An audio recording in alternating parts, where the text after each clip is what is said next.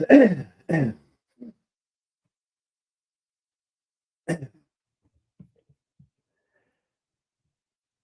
are listening to an episode of the Secret Teachings Radio. This is our pre-show introduction and listener commentary. Thank you for joining us on this Friday, September 26th, 2025.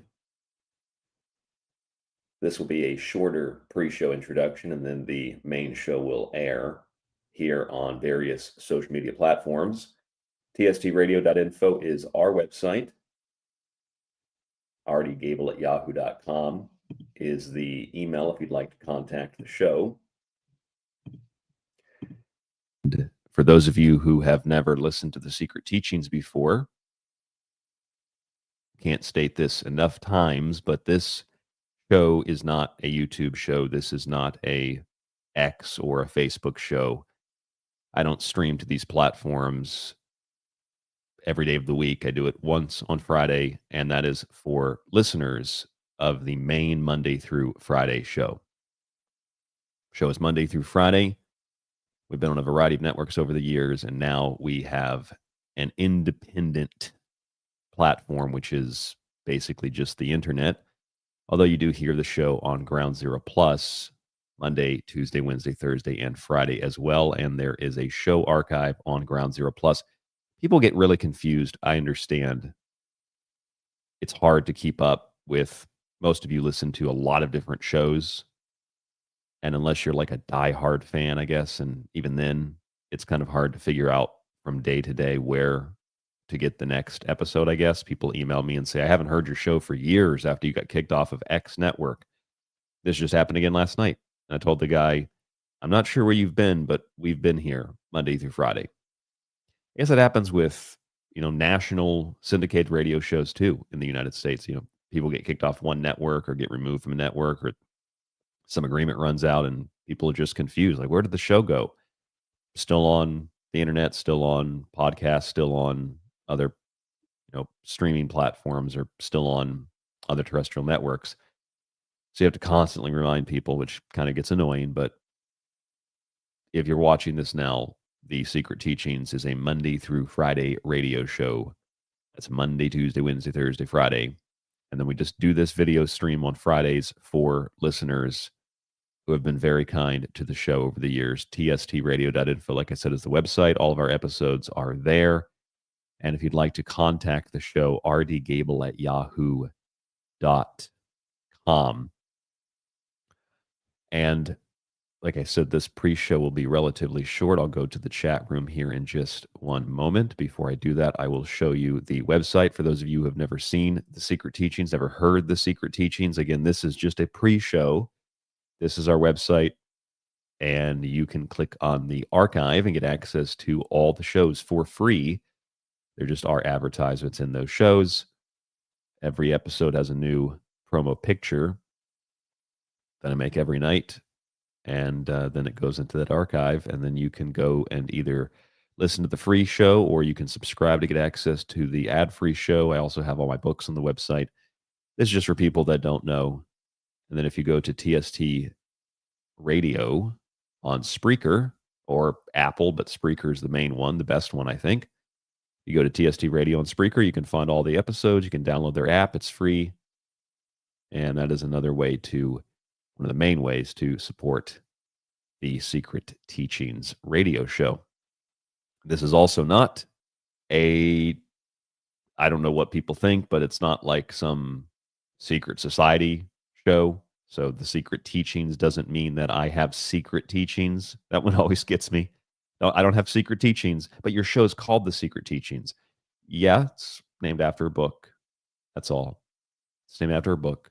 I'm not a prophet. I'm not a wizard. I'm none of that stuff. I'm just, a long time, 15, 16-year radio professional, I suppose you could say, who was at one point a nobody who just was interested in reading books and asking questions. And that led me to where we are today. In fact, someone in the chat was asking about one of our past guests, a Harold Kautz. Howard Kautz Vela, I think, was his previous name. I think he told me that he changed his name because he had separated from a relationship, a marriage, I believe. And so I think it's Harold Kautz is his name now. But we used to have guests like that all the time, and for some reason, I just can't get people to agree to come anywhere near the show on average. It's really weird. And I could name the names of people to give you better examples, but there's like people that won't come on the show or don't really want to come on the show that I know personally. And there's people that it's because they don't want to be associated with other topics, which is weird. Like if you're a guest on a show, I don't know what that has to do with other guests that are on the show. It's like I'm not going to go on Good Morning America because you had somebody on 7 years ago that I didn't agree with. It's weird stuff like that. Or I think a lot of people just aren't getting my emails. That's probably part of the problem as well, because I have a friend or two here or there that send out emails to the same people, and then it just pops up and they get the response, and then I try to contact the guest and it doesn't work. So anyway, just some preliminaries here. We will get started in just a moment with the main show, which is Egyptian Mysteries tonight. Be a fun episode of The Secret Teachings once we get started. Let me go to the chat room. I think we had more listeners in the chat initially, and I made a mistake.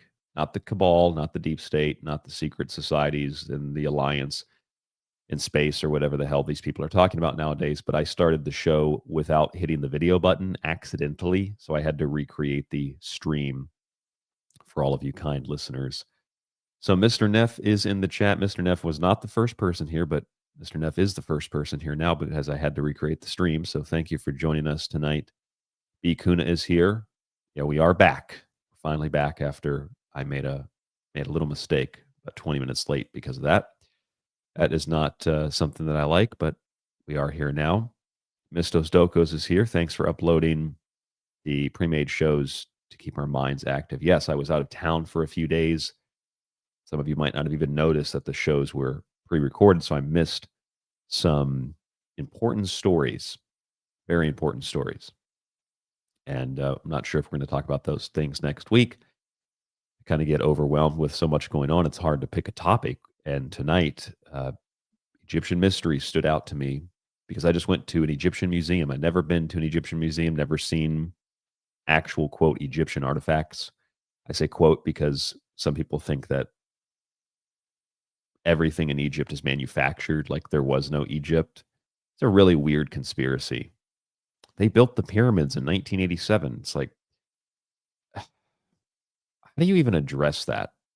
How do you even respond to that? It's like flat Earth. How do you even respond to that? I don't know. But anyway, that's why the show is what it is tonight.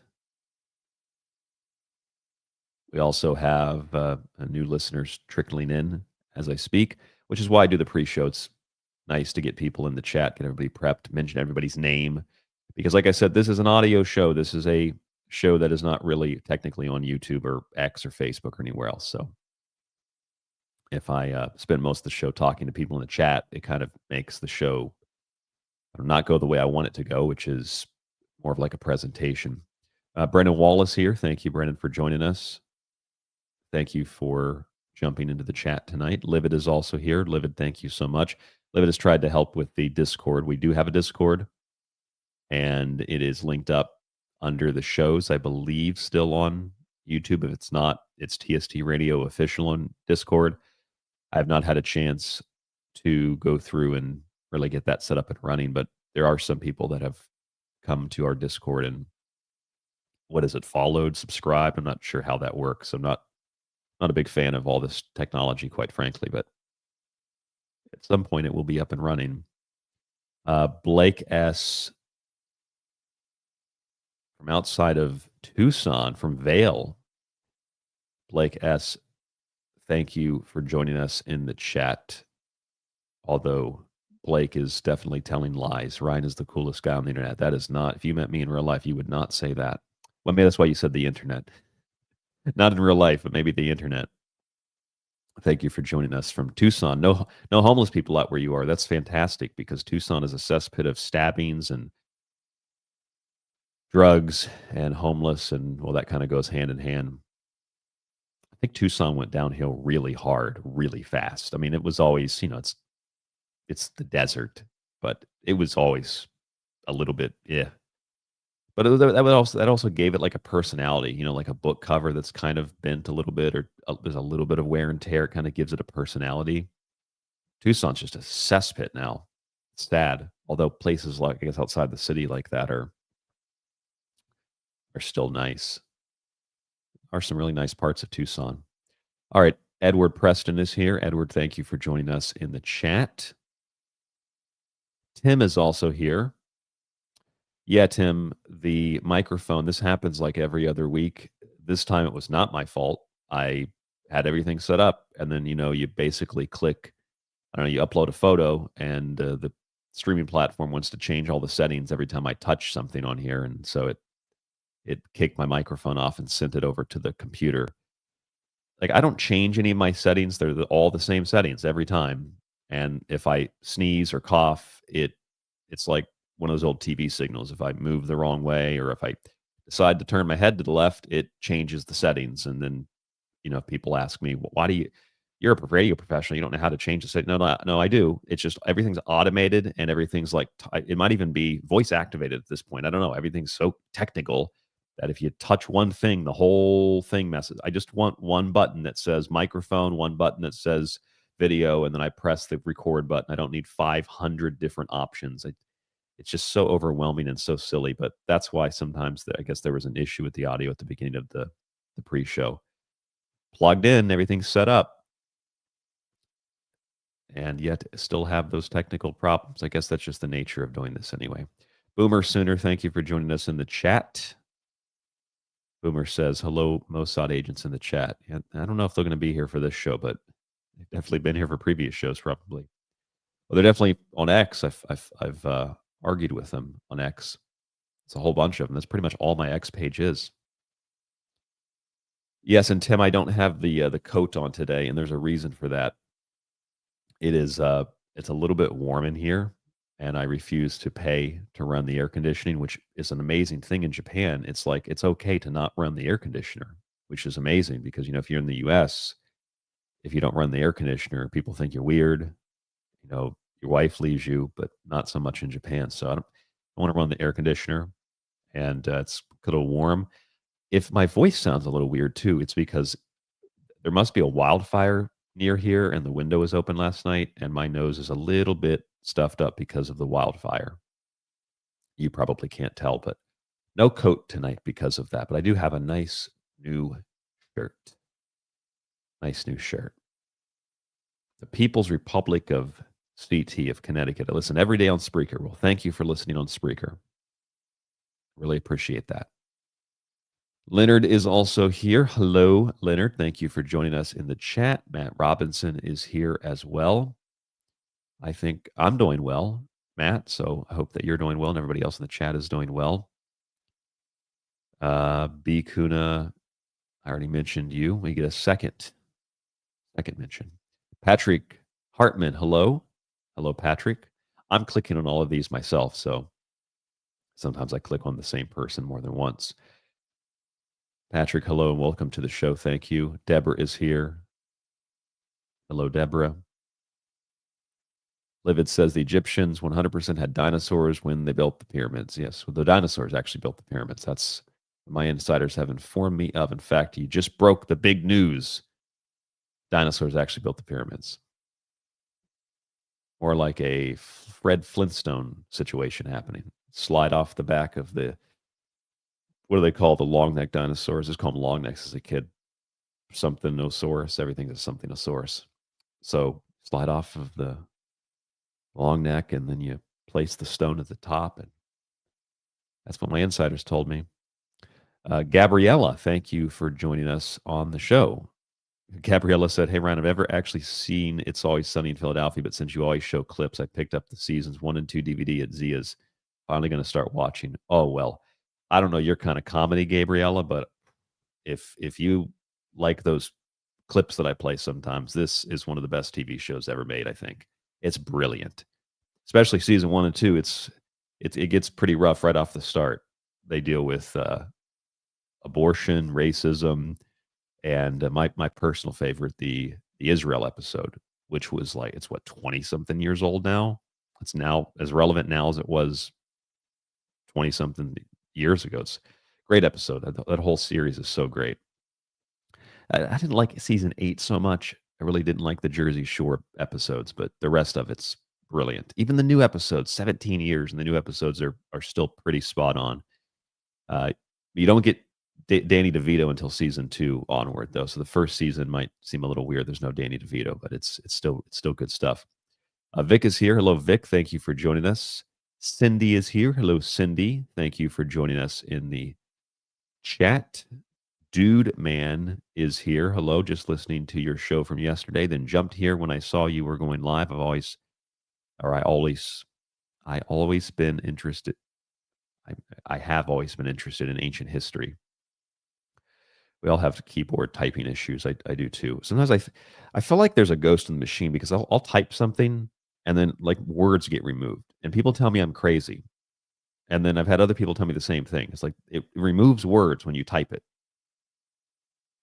Same thing with, I used to tell people when you update the phone, it drains the battery. That's a conspiracy. Well, actually, it was a conspiracy. Apple was doing that. And then we'll find out sometime in the future, they probably have an AI employed to remove words they don't like. It's like, you couldn't even type gun on an iPhone at one point. It changed it to fun. It's like, well, guns can be fun, but gun, Gun. Did you mean fun? No, I meant gun. I meant Gun. Got to write like the name of the gun, the caliber of the rifle because it doesn't recognize gun. I think they changed that because it was way too obvious that they had censored what you could actually text on your own phone. Oh my goodness. That's a whole nother show. Rita is here. Hello, Rita. Thank you. We will start the show here in just a moment. And Chris is here. Chris from the UK, who deals with all the load of work that is Ground Zero Plus, and he's done a fantastic job because the website's great and everything runs a whole lot better than it did on that last platform with those people who shall not be named, although I have named them on several shows. And I think because of that, lost my PayPal account. Although I have a personal one now, that is linked up below. We also have Cash App and Buy Me a Coffee. A lot of people sign up to Buy Me a Coffee, which is fantastic. It really helps and supports the show.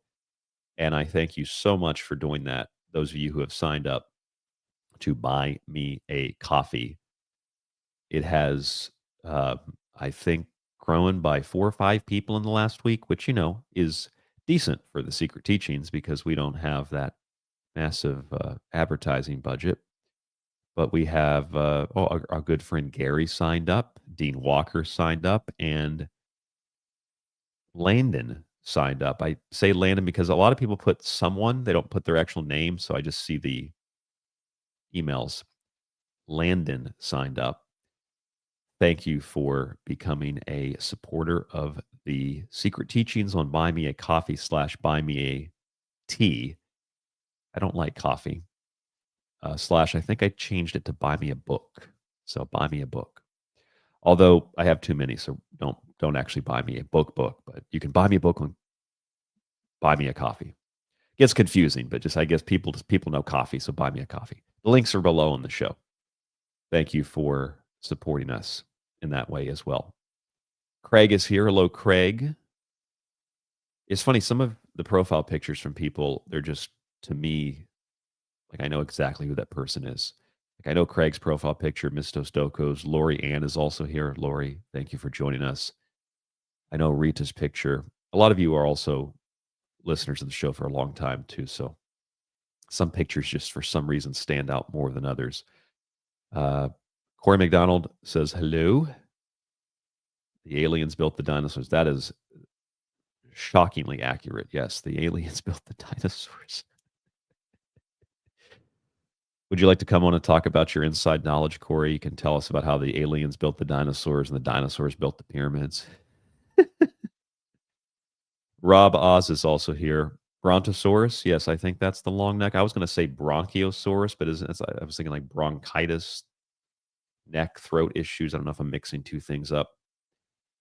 It's very early in the morning here in Tokyo. Matt is also here. Brontosaurus. Okay, so I guess Brontosaurus is the word we're looking for. Yes, Brontosauruses helped build the pyramids, and aliens built the dinosaurs. If dinosaurs are even real, right?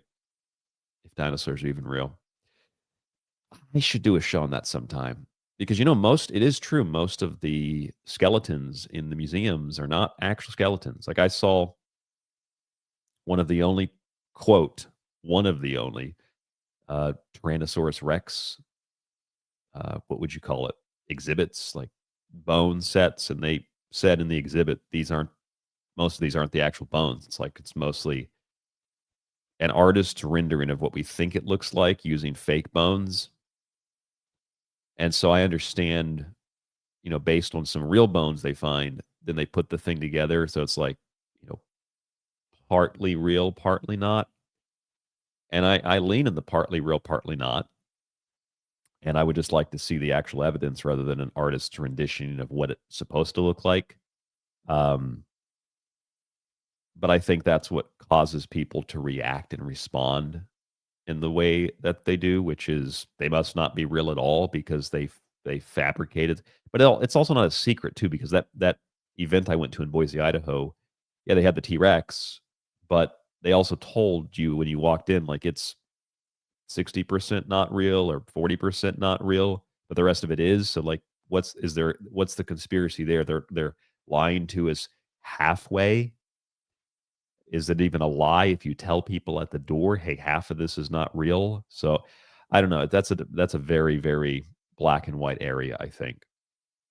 Anyway, we'll go through this really quick and we'll jump into the show because we have to start here in a second. Shaking the Hidden Hand. Greetings, Ryan. Greetings, Shaking the Hidden Hand. Thank you for joining us here on the Secret Teachings. Shaking the Hidden Hand, aka Chris. Another Chris in the chat. Thank you, Chris, for joining us. WRP from Mesa. A lot of listeners in Arizona.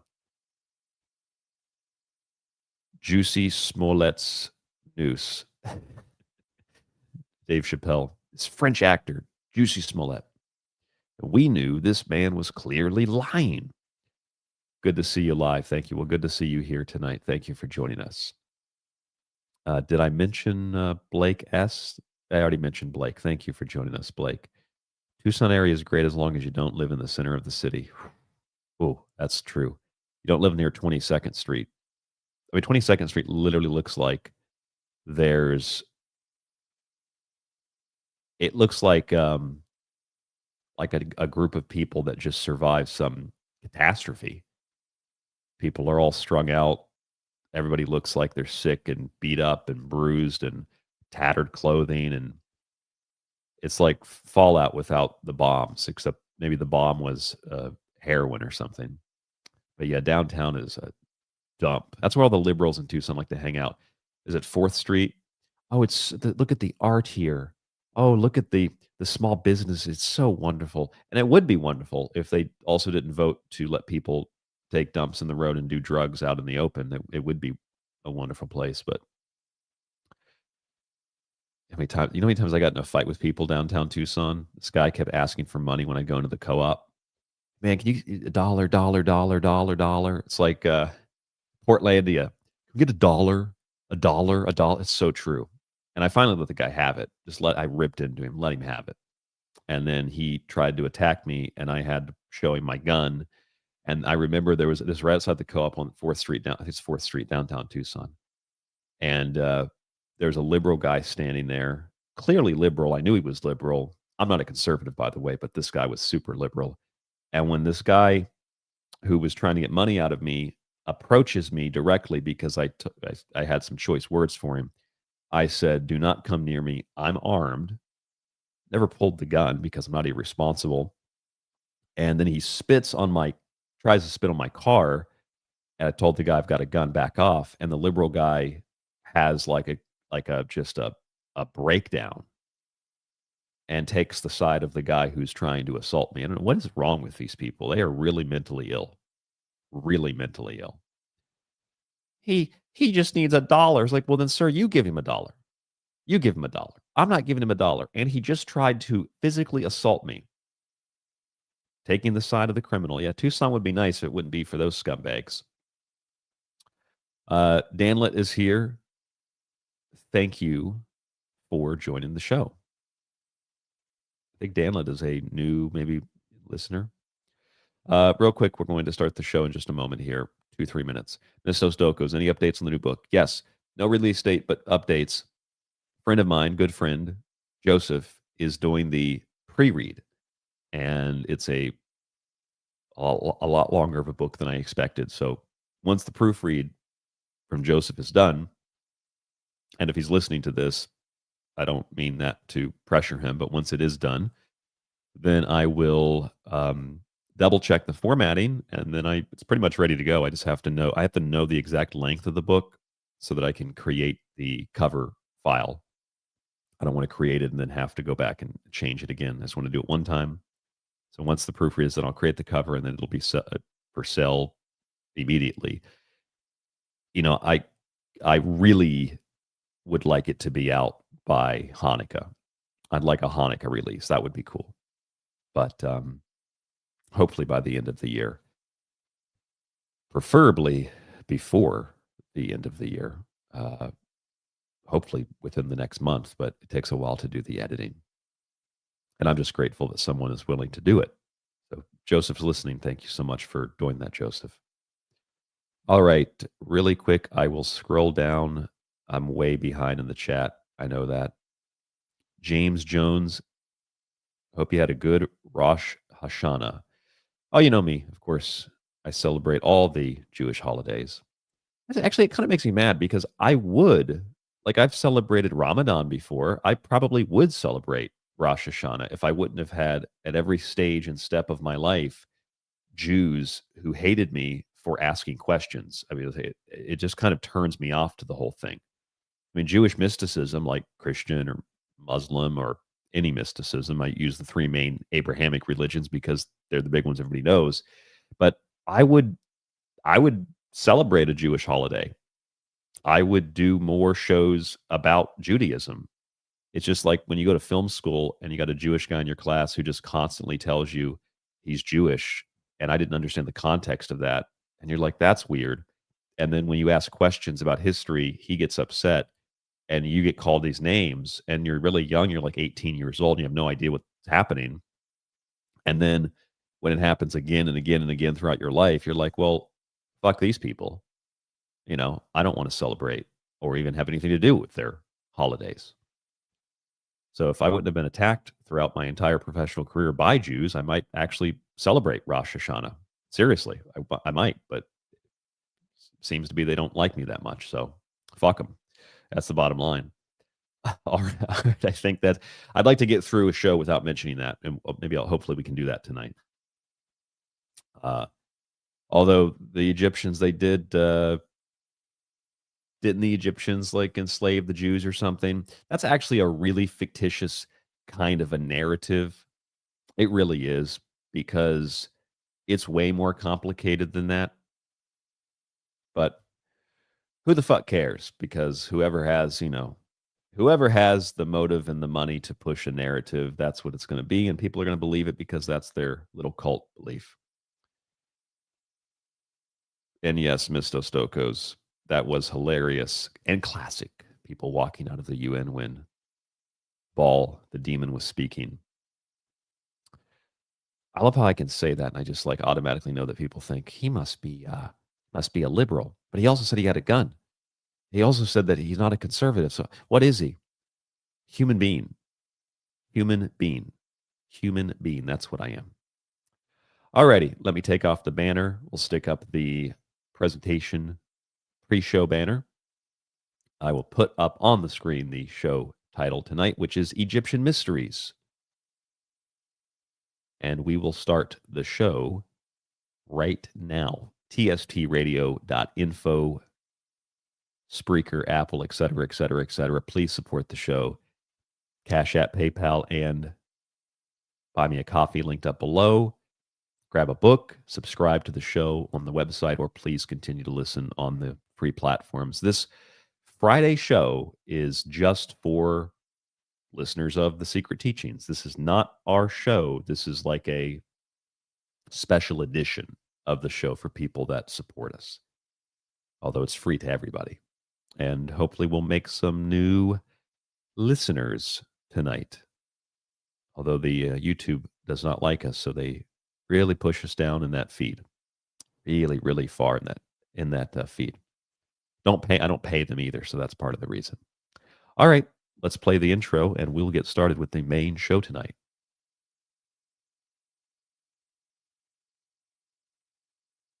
Hello? Anybody home? Today, I want you to open your mind.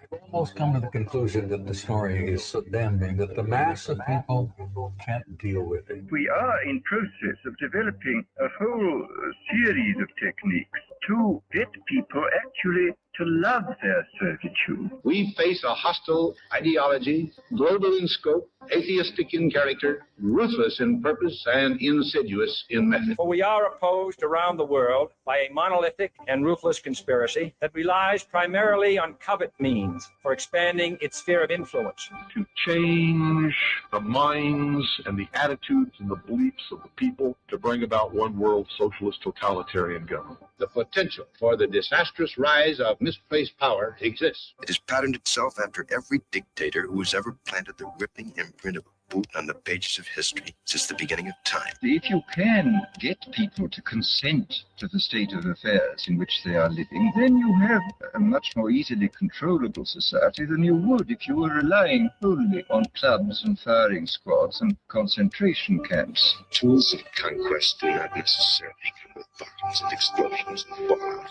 There are weapons that are simply thoughts, attitudes, prejudices. As you connect the dots between different people, organizations, religions, history, suddenly the picture starts to form. The kingdom of God is within man, not one man nor a group of men. Someone born in the United States is not more special than someone born in Mexico. Someone who is white is not more special than someone who is black. They're just vehicles for the consciousness to experience. They do not want your children to be educated. They do not want you to think too much. It was learned that the aliens had been and were then manipulating masses of people through secret societies, witchcraft, magic, the occult, and religion. They reach into our children in music, television, books. Prey on children's innocence. How can I disprove lies that are stamped with an official seal? So if you have the opportunity to stand next to one of these machines, it feels like an altar to an alien god. Genetic power is the most awesome force the planet's ever seen, but you wield it like a kid that's found his dad's gun. The Army Air Forces has announced that a flying disc is now in the possession of the Army. Too many others know what's happening out there. And no government agency has jurisdiction over the truth. Any state, any entity, any ideology that fails to recognize the worth, the dignity, the rights of man, that state is obsolete. A case to be filed under M for mankind in the Twilight Zone. About time some of you got acquainted with the real hard truth. It's the heart that says, I will not acquiesce. Freedom is the privilege to be right. Freedom from the disasters and our mistakes. You don't connect the dots, it's just a mass of what's all this about. You are listening to the Secret Teachings Radio. I'm your host, Ryan Gable. TSTradio.info is the website. rdgable@yahoo.com is the email. If you are tuning into the Secret Teachings tonight, some of you may be for the first time, I encourage you to listen to the entirety of the episode, the entire broadcast. And if you don't have the time to do that right now, I'll tell you what a lot of people won't tell you, and that is to stop listening and wait until you have the time to listen to the full show. It will be worth it. And make sure you have a pen or a piece of paper to take notes as well. TSTradio.info also has my books, including Occult Arcana, which is kind of the flagship book. And it is a massive encyclopedic, I would say, it's a dictionary, it's an encyclopedia, it's grimoires, it's everything you need or want to know about the occult. It's in that book. Sometimes I go back and look at it and think, how the hell did I write this thing? In fact, I just kind of rewrote the entire thing and re-released I guess you could say, a main second edition of the book about a year ago, roughly. So it is available on the website, digital copies as well as physical copies, sent to you within hopefully 2 weeks. And I would like to encourage you to get a copy of that book tonight, because it will definitely help you with tonight's main topic, and that is Egyptian mysteries. I'm not an expert in Egypt, but there is a lot of Egypt in the book, and we're going to discuss this tonight on the show.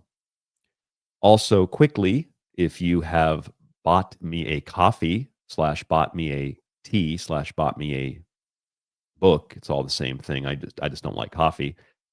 Thank you for doing that. That is really helpful, and it really supports the show. And I'm always grateful, especially when there's a new platform that we use, when people go out of their way to support us. And we've had Gary sign up, and Dean Walker sign up, and Landon sign up. Or at least I think that's the name, because they put someone as the name. And but I see their email. Landon, thank you for signing up to buy me a coffee. That supports the show like you wouldn't believe. So tonight's episode takes us first, not to Egypt, but to my personal life, which is where most inspiration for the shows come from. And as we were discussing in the pre-show on YouTube, this is a video show tonight on Fridays, and only because of listeners like you subscribing to the show, buying books, buying me a coffee, etc., that I can do the video show.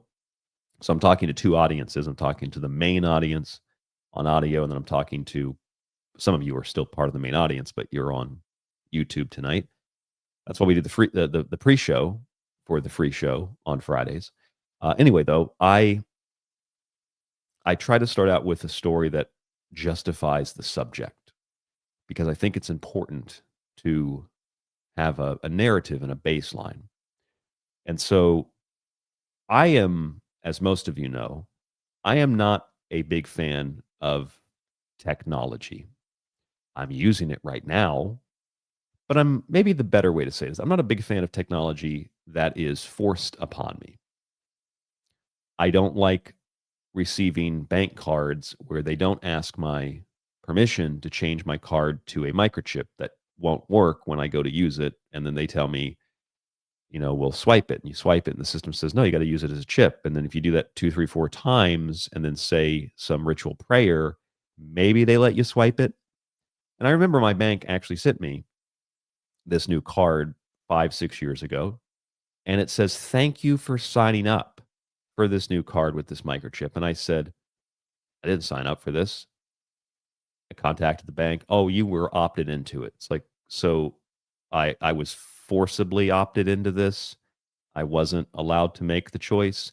That's the kind of technology I don't like. I don't like being forced to do something. Most of you know, because I've showed it to you before when I've done interviews or pictures online or something, but I used to have a huge book collection. And I got it down to a workable 3 suitcases to move over here to Japan. And it's a pretty decent library still. And in that library, I have some of my favorite books that I would, under no circumstances, ever give up. I've always thought, laying in bed at night, if there was a disaster and I knew I was never coming back to where I was living, what books would I grab? I've always thought The Secret Teachings of All Ages, that's a given. I would also grab the 4 Masks of God book by Joseph Campbell. There's 4 of them. One of them's pretty big. I think it's like extra large, large, medium, and small. I'd grab those. And I might grab, I don't know, there's so many other great books, but if I had a small little bag to stick books in, those would be the starting point. So I would never give those up under any condition. And recently, I decided, for travel purposes, to acquire a digital e-reader device. And that was a good decision, but also a bad decision, because it's supposed to be simple. It's not. It's very difficult. And I just thought it was so ironic when I'm reading, the promos for it, which are different than if they're trying to sell you something. It's different than if you read the instruction manual. And everything's like, oh, it's so easy, so easy, so easy, so easy. And I'm thinking, I have literally spent more than 15, I've counted them, more than 15 hours sitting behind this computer trying to get, I've had 2 e-readers. I tried the Kindle and I tried the Kobo, and I can't get either one of them to really fully work. And you would tell that to tech people, they don't know what you're talking about. What are you talking about? This is a great device. Jeff Bezos told me this always works. So it must be you. And hey, maybe it is. I'm admittedly not a tech guy. But as I was playing with that device, a friend of mine who also has one, he says, it's just terrible that you really can't own your books. He said, Amazon can just delete stuff off of it. And I said, yeah, I know that. I've been talking about that for years. Sony does it. Microsoft does it with games. Of course, Amazon does it. There have been issues with copies of 1984. I think that was even a New York Times article. They did a story on it about how 1984, ironically, was pulled from stores. But you can't really own anything. That's the point. That's the problem. You can't own anything. You're supposed to be happy about that. I'm not happy about that. But it's the way that things can be changed. I mean, if you have a book like 1984 and it gets removed, let's say, do you really know if that book that gets removed? Do they notify you? No, they just remove it. It just gets deleted. But furthermore, how many things that you have digitally can be pulled and replaced where maybe a paragraph or a sentence is removed, a really important piece of critical information? And I've been thinking about that recently because of this digital e-reader and because I've always hated these services. And there's a book that I think I'm going to ditch now, but there's a book that I have a physical copy of it. It's a language book for learning Japanese. It's a great book. It's published well. It's a really good book. It's a perfect book for learning Japanese. And I wanted to put it on the digital device. Do you know that you can't download this book? Do you know that you can't really own the book? You have to pay for a subscription on the internet to access the book, which is about one of the dumbest things I've ever heard, ever. You have to pay for a 1 month or a 6-month subscription to a file because it's convenient to have that on a device as opposed to carrying around this giant book, which I also have a physical copy of. It's just annoying, but it's also a very important little critical detail to indicate, to show us that our civilization is on a path to great things, but also to ruin. And when we stick everything we have onto a hard drive, everything we have into a cloud system, my computer still pops up, join the cloud, join the cloud. I don't want to join the cloud. Screw the cloud. I don't want to put my personal, effects and blood samples on the cloud. You just want to choke these people. At least I do. And I promise you, I'm not a violent person, but I want to choke these people. The cloud is so great. No, it's not. But but Tim Cook said it was great and he's gay. So it has to be a great thing to put your stuff on the cloud. Same thing with Microsoft. You can't even own Microsoft Word. Now you have to pay for subscriptions for that.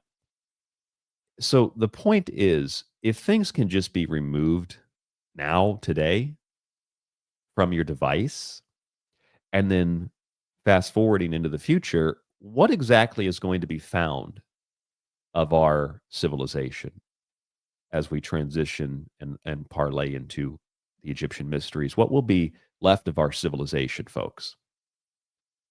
Anything? I mean, eventually, you probably wouldn't find books. You probably wouldn't find anything like that because everything would be digital. And with time, and you don't have a battery, you can't access it, no matter how advanced it was at the time. I mean, even today, if I don't charge the device, I can't access it. And I know that 14, 15 minutes into the show, some people might kind of doze off or think this is boring. But this is important to understand if you want to understand Egypt or if you want to understand any other ancient civilization. This is really, really important because really the only thing that might be left over are things that we constructed that would withstand the test of time. Things that are made out of stone, things that are made out of rock, things that are going to last through cataclysmic events and last through time, the great equalizer, and last through rain and floods and fires and all sorts of other things. Little e-readers are not going to survive that. Little pieces of technology we love so much are not going to survive that.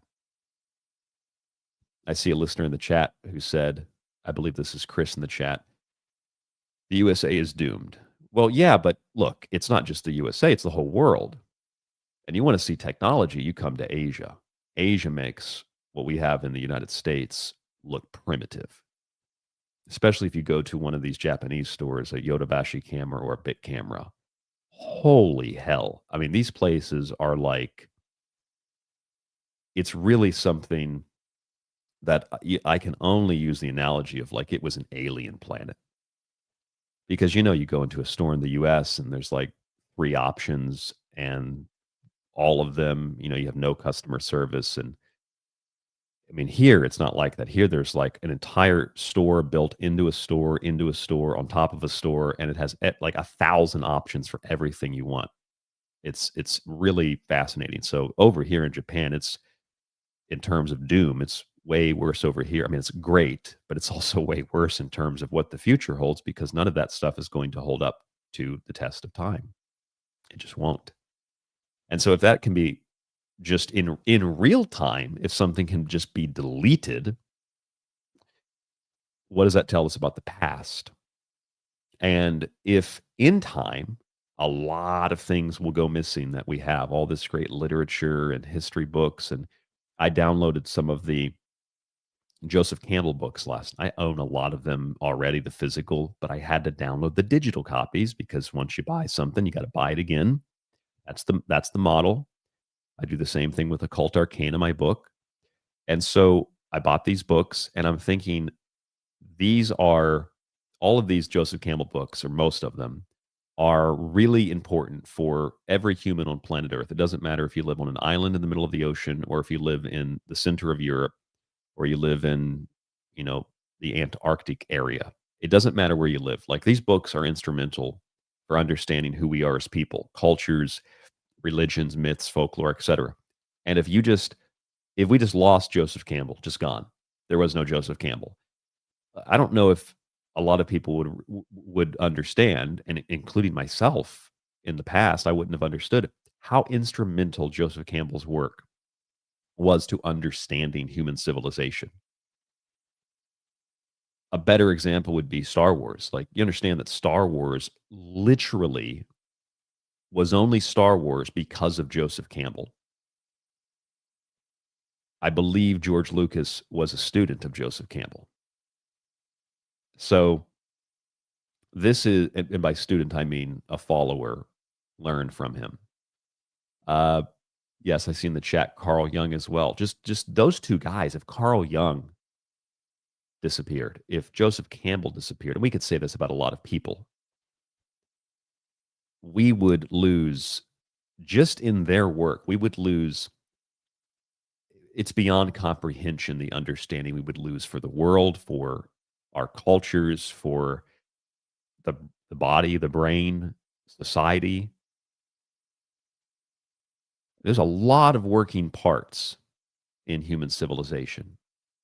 And so that's why you look at something, a civilization like Egypt, and I honestly feel, this is my honest feeling, I've come to think that Egypt is kind of a stale subject. I have. And why do I think that? I don't fully know. I think it's because that's what I grew up with. And I have had very little contact growing up with anything else. Like I was unaware that there were pyramids anywhere else in the world when I was a kid, right? It's just like 1,000 shows on the History Channel about Hitler and 1,000 shows on the Discovery Channel about Egypt. And yeah, it's really important, but it would be way more important if we were to have 1 million shows on the Discovery Channel about how Egypt is not the only place on planet Earth where you have basically the same religious practices, mummification rituals, afterlife, magic, etc. It's not the only place. It's one of many places. And that's where, a Graham Hancock comes in with Fingerprints of the Gods in the 90s, and people find him to be crazy. It's like, have you read the book? It's not crazy. It's basically a scientific journalistic investigation into what Joseph Campbell did, which was comparing different religions and folklore and myths and showing how they're all very, very similar. I mean, that was what I was interested in when I first started radio. Never read Joseph Campbell. And people would ask me, you must be a Campbell fan or a Jung fan. I was like, I don't even know who Carl Jung was when I was 18 years old. That's how poor my schooling was. I went to school in West Virginia, so you could forgive me the ignorance. I mean, it's West Virginia, right? I don't know if they know who Carl Jung is at anywhere in that state. I'm from there. I can make the joke. If you're from West Virginia, it's a joke, but you probably didn't catch it because the education system's so bad in West Virginia. But nobody taught me about any of these people. Joseph Campbell should be taught in high school. But I mean, wouldn't that help us to understand each other a little bit better? You want to have like equality, equity. Teaching Joseph Campbell would be a great way to do that.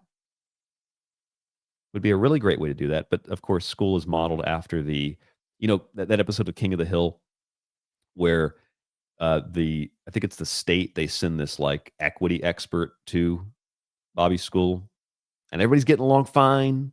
Everybody's happy. And then this guy comes in and he's like, you're going to wear the this symbol and this symbol, and your people attack their people, and let's just all talk about it now. And they turn these kids into activists. That's such a great episode. I love King of the Hill. Such a great episode.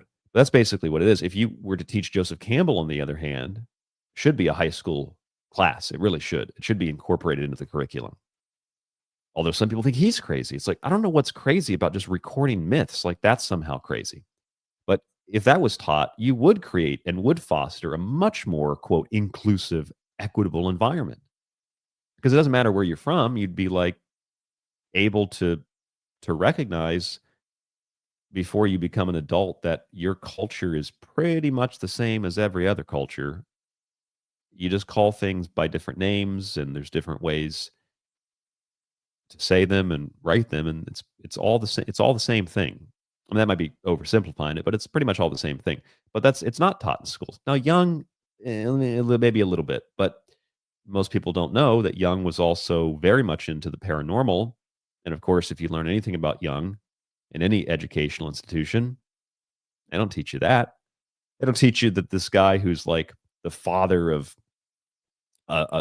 psychology and understanding the mind was also writing things like, I'm seeing spirits and ghosts, and they're knocking at my door, and there's apparitions, and the people that are working with me are seeing them too.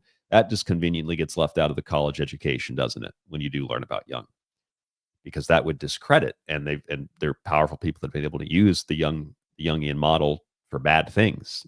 Just like the Bernays propaganda book written in the 1920s, they used it for really nasty things. So anyway, the point is, stuff can be deleted. In the long run, how do we access the information if we don't have a battery? And also, our modern civilization, if we were just to delete one of these people, like a Jung or a Campbell, we would lose so much understanding, and we would lose so much of our pop culture too, especially, I would say, Jung. How much Jung has influenced pop culture. It's also weird. I don't want to divert to a different topic. This might sound like a different topic, but it's just another example. If you think about how much influence pop culture wise Japan has had on the world, it's not just the cars. It's not just a lot of people know the video games. like the green code in the Matrix is partly Japanese script. The way that they dress, the martial arts, that's all Japan. That's just the Matrix. That's just one example. You know, ninja, samurai, Godzilla, it's so much pop culture. And if you just, I've thought about that. If you just like removed the Japanese pop culture from America, like what would American pop culture even be? What would any pop culture even be if you just removed like the Japanese pop culture, which is like everything? It's crazy how much it has influenced our culture. And so this isn't like an existential exercise, okay? What I'm saying is society, culture, civilizations is made up of, is built from very, very complex sub units. And within those are additional subunits. And when you put it all together, you get civilization. If you start picking pieces and removing them, if you think about it that way, you can see how fragile the whole system really is and how losing, you know, a book like, or losing a series like The Masks of God, for example, would devastate literature, it would devastate mythology, it would devastate Hollywood even.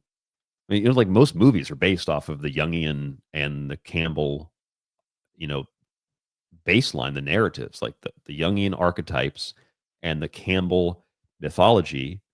If you just remove that, you would lose like 50 or maybe more percent of all entertainment, or at least decent entertainment, good entertainment, which can be proven by the fact that Disney has abandoned that model today. And that's why their movies suck, because they don't follow the Jungian archetypes. They don't follow the Campbell mythology. They just do things that are politically correct. And you see how Disney fails at that. A lot of companies do.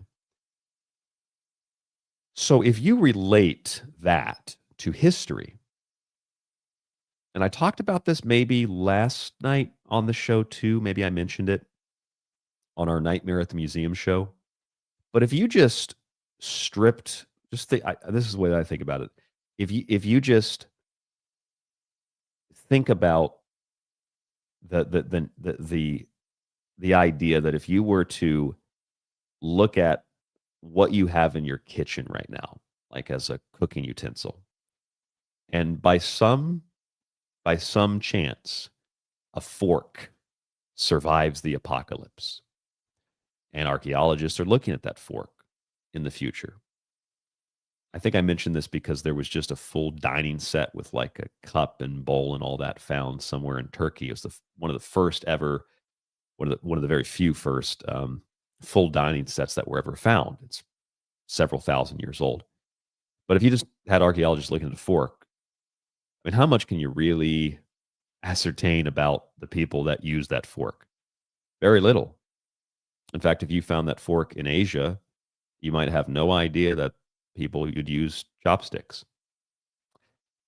If you found chopsticks, you might, here, and then you found a fork in the West, you might think, well, these people were primitive. They use pieces of wood to pick up their food, when really the chopstick is far more sophisticated than a piece of metal that you stab things with. You have to really have coordination to use chopsticks, or at least to use them well. So technically chopsticks are a little bit more advanced, but you wouldn't be able to tell that if you just had like these wooden sticks, and you got like a stainless steel fork. Like, yeah, there's more industrial advancement behind the fork, but the technical and the historical and the psychological and the motor skills and all of that needed to use chopsticks is way more advanced than just picking up a fork and stabbing food. But how would you have any idea? How would you have any idea what we were doing in 2025 if all you had was a fork from the kitchen? You wouldn't. Your Xbox isn't there, PlayStation's not there, your computer's not there, all the fancy technology, it's all gone. It's all gone. So I think about those things, and then I apply them to, in this case, Egypt. But this is what I do for every show, just to give you an idea, is I try to think of something that gives us like a better perspective on what the topic is going to be. So let me put it this way. Most of you know that earlier this week, I was out of town, so I had some pre-recorded shows. I missed some big topics because of that, but I think that some of them were decent shows. At least the ones I thought were really good, nobody responded to them. And the ones I were like, oh, this just sounds not that great. It almost sounds like I phoned it in, which I didn't, but it sounds like I phoned it in. And then people are like, oh my God, it's a great show. It's weird how that works. So I went to Hiroshima with my wife, and we went to an Egyptian exhibit. And I've never seen anything physically from Egypt. Never seen it. I've never been to the Brooklyn Museum, which is where this particular set was from. So I was very excited, and we got a ticket, and it wasn't that expensive. It was like $10 or something. Kind of surprising it was so cheap. So we go, maybe it's like $13. It was pretty cheap. So we go to this museum, and I have not really, because I've felt that it was stale, going back to what I said about it being stale, because first thing I was introduced to, read about it so much, it kind of it's not a particular love for me. I mean, I love it, but it's not like an obsession for me. So it kind of gets put in the background. It kind of becomes stale because I'm learning about all these other things, which was what took the conversation to Campbell a little bit ago. So bringing the conversation back around, I still wanted to see it. And I guess I was not up to date on my official Egyptian history, whatever the narrative is now. And so I was reading there at the museum. Well, my wife was reading the Japanese and translating some of it for me, and I had my phone to translate some of it. Some of it was in English. But the one thing I thought was interesting is that I remember a time, in fact, I remember where I was. I was in the radio studio at WPRK in Winter Park, Florida, when I read an article 15, 16 years ago that said, archaeologists now believe that it's possible that maybe the people that built the pyramids were not slaves. Do you remember that?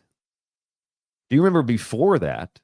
That's all you ever heard about the pyramid builders. They were slaves, they were beaten by an evil pharaoh, and they had Jews doing hard labor.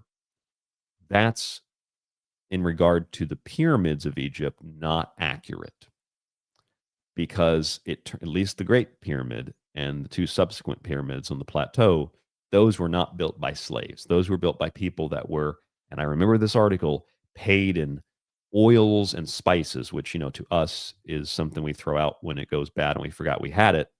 But, in those days, it was a very precious commodity, and people that were paid in oils and spices were basically being paid in, gold and silver. In fact, at one point, Egypt didn't even have gold. They didn't have a system of currency like we imagine it, and it was brought to Egypt, maybe by those same people that told us they were enslaved and forced to build the pyramids, but that's a whole different subject entirely. So the Egyptians, we were told, my whole life, when I was in 5th grade, we had Egyptian days. This was like part of our history class. And when we had that Egyptian day, I remember dressing up in some kind of Egyptian costume, and I had no context or knowledge about any of it. But that's what we did. We did that in school. And I just remember, I remember hearing that in school too, because I was always a fan of history. I remember my history classes, a lot of the stuff that we learned. I've always just been fascinated with history. And they taught us that in school. Slaves built the pyramids. Kind of glossed over, but yes, slaves built the pyramids. And actually remember one time, a lot of you think Ryan's smart, Ryan's really intelligent. You wouldn't say that if you were in school with me. When I was 5th grade, we had a 3-class rotation, and we had a history class on Egypt. And I remember I was not paying attention.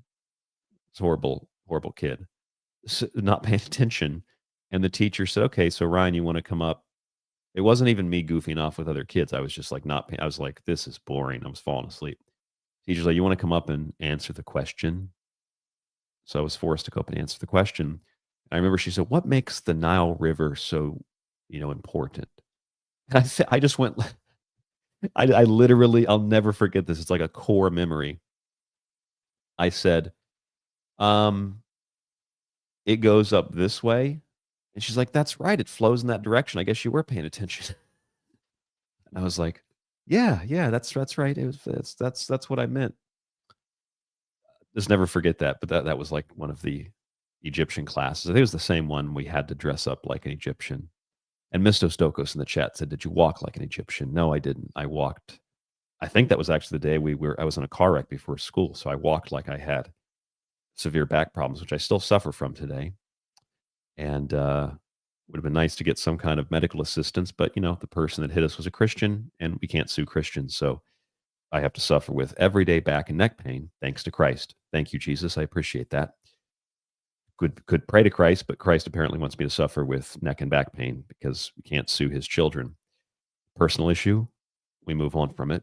But that was I think it was the day that I wore that Egyptian costume. No walking like an Egyptian, but I did walk like I had severe trauma from the car wreck. That's what I walked like. Anyway, so if something like a Carl Jung or something like a Campbell was lost, put that into context with, I mean, forever it was slaves built the pyramids, slaves built the pyramids, slave built the pyramids, slave built the pyramids. And then, actually, they probably were not slaves. They probably were skilled workers. They probably were paid in oil and spices.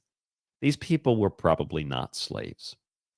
And I remember, I have no idea what episode it was, if even there's a recording of it, which there probably is somewhere buried in my hard drive.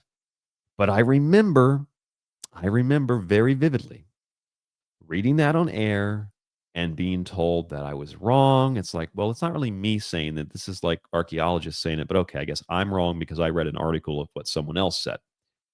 My first introduction to the idiocy of I'm right, you're wrong. This is my belief, and you're wrong because I don't believe what you believe. That I remember so vividly. And then I go into this museum in Hiroshima this week, and it says what the article said 15 years ago. The people that built the pyramids were skilled workers. They were paid in things like oil and spice. And I thought, son of a bitch. One, that makes me feel a little bit old, I guess, because I remember a time when it was slaves that built the pyramids. I also remember the time, and this is the second thing that pisses me off, I remember the time when I was told I was crazy for suggesting that slaves didn't build the pyramids, and that wasn't my opinion or something. It was just like an archaeological investigation that was reporting on that. And then 15 years later, fast forward, I go into a museum in Hiroshima, and skilled workers built the pyramids.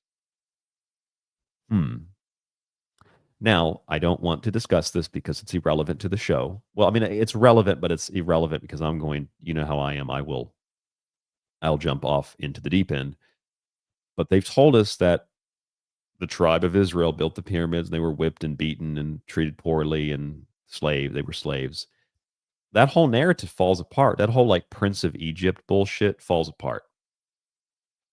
And since it falls apart, it means that they also lied about this too, which is a monumental lie, because this is the whole issue with the pyramids at Giza. They're incredibly complex. The Egyptians didn't even know how they were built, despite the fact that this museum I went to, this exhibit I went to in a museum, was up to date by telling us, hey, it's skilled workers and oils and spices. And I'm like, well, I remember when it was slaves.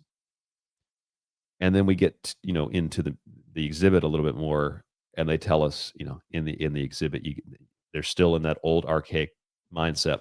Well, this Great Pyramid of Giza, we don't really necessarily call it the Great Pyramid of Giza. We call it the Great Pyramid of Khufu.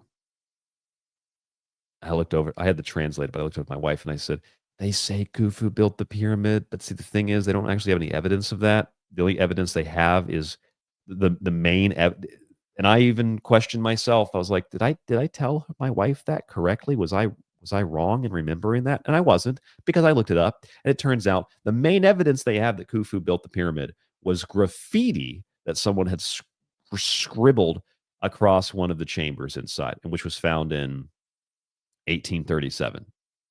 Just graffiti. So I guess if I just go tag the White House, Ryan was here. This is my building. I own the White House now.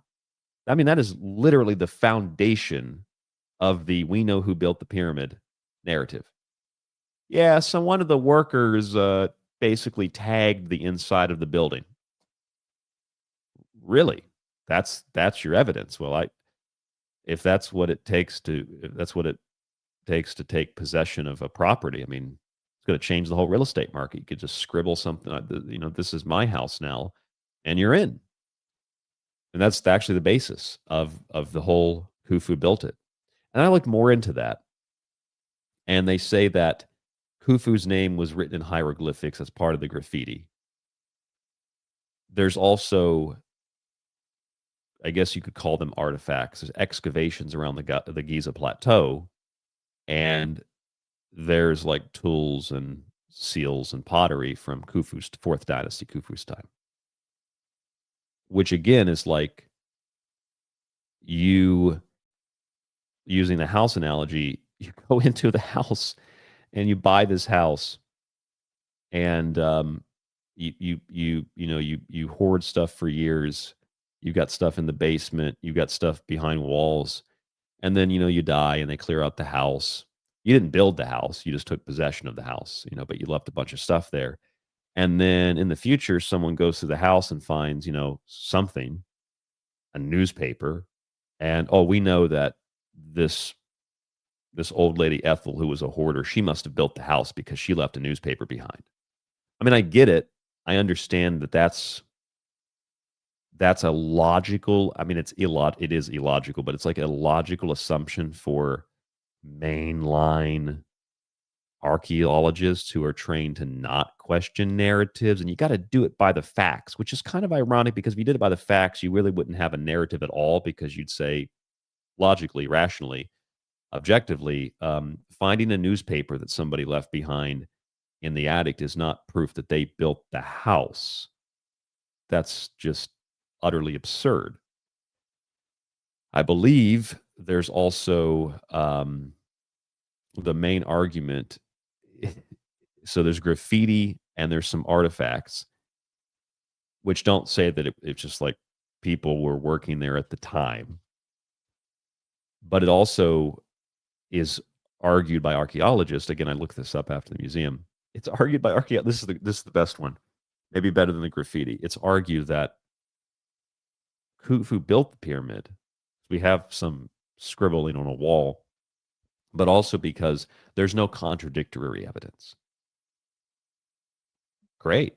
So there's no probably evidence you wouldn't find, because you've already set the date. So even if you did find it, you would say you didn't find it, and it would be lost, which is a lot of times what happens. These things that are older just get dismissed, like the Kensington Runestone, for example.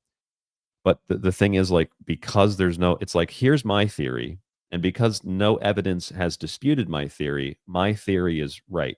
And these aren't even really theories. This is like it's considered hard fact, like slaves built the pyramids. And then when it was overwhelming evidence that had mounted to prove that wrong, it's taken 15 years to change the narrative. I mean, I don't know at what point in the last 15 years. It could have been 6 years ago, 11 years ago.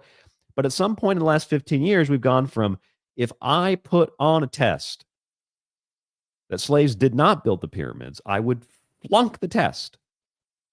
But then a few years later, if I put slaves didn't build the pyramids, they'd say, you're correct.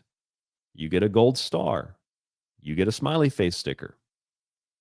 Same thing with Piltdown Man. 40 years of fraud. Although in this case, we're not talking about fraud necessarily. We're just talking about there's some graffiti there, and nobody has come up with any other evidence. So this must be who built it, which is just bad. But that was from 1837 to, that's the orthodoxy that built modern archaeology. So you can understand like why these people hold on to this stuff. What's the saying? Archaeology or historical narratives or history changes with every successive death of an archaeologist or something like that, or historian too. So a listener in the chat says, the land in the time of the pyramids was lush and green, not a desert. So says academia. Does that change anything? What is that?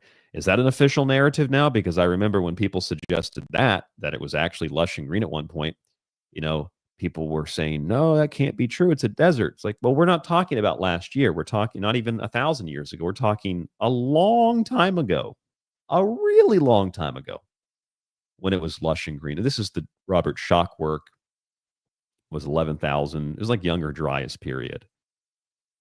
Before that even. Lush and green. So I don't know. Is that like a mainline narrative now too? It's weird to watch these narratives change over and over and over again. It's really strange. Especially if you've, like me, you've invested your life in this. I believe our listener another listener in the chat room said they also denied the Hanging Gardens never existed. Yeah, now they're, what are they, one of the 7 wonders of the world or something, I think. Didn't exist. And the Giza Plateau is also a weird place too in that regard, because while we acknowledge those exist, we pretty much, outside of a random Discovery Channel show or like a random book that you find, there's almost no acknowledgement overall for the same structures being found all over the world. I mean, that's becoming a little less true now, because especially because of LiDAR, and they're just like, turn the LiDAR on. Oh, we found a city in Ecuador, a whole civilization. All right, turn it on over here. Look, we found 10 different mega cities with highways connecting each other. Oh my goodness.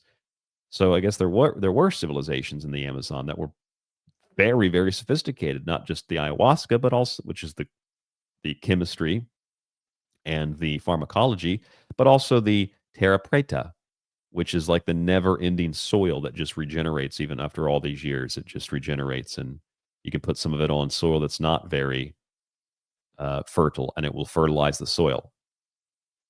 I think one of the arguments for that was it was a compost heap just right outside the little hut that they lived in, which there was nobody there. And then when they found the terra preta, it's like, oh, well, they must have lived in huts. And they just threw stuff out the front door of the hut because they were stupid, and that created the terra preta. Of course, nobody explains how a civilization that large in the Amazon could have, developed anyway without the terra preta to begin with, because that's the stuff that let them grow food. I mean, that was, or I think still is, as of a couple of years ago, that's still the argument of how that terra preta is there. It's like they threw stuff out the front door of their shack. Well, how did they even build the shack in the first place? How was there enough food to sustain the people living there without that soil, the black soil in the first place? It's just so stupid. It's really stupid. And you don't have to be an archaeologist or even that intelligent to know that it's stupid. Again, though, you have to realize that, I think objectively, you have to realize that some people only work off of like what they can see, which is fine. You should work off what you can see. The problem with that is thinking that you have to have like an absolute answer, which you don't. That's the problem. It's like we're told this is an absolute thing. Slaves built the pyramids.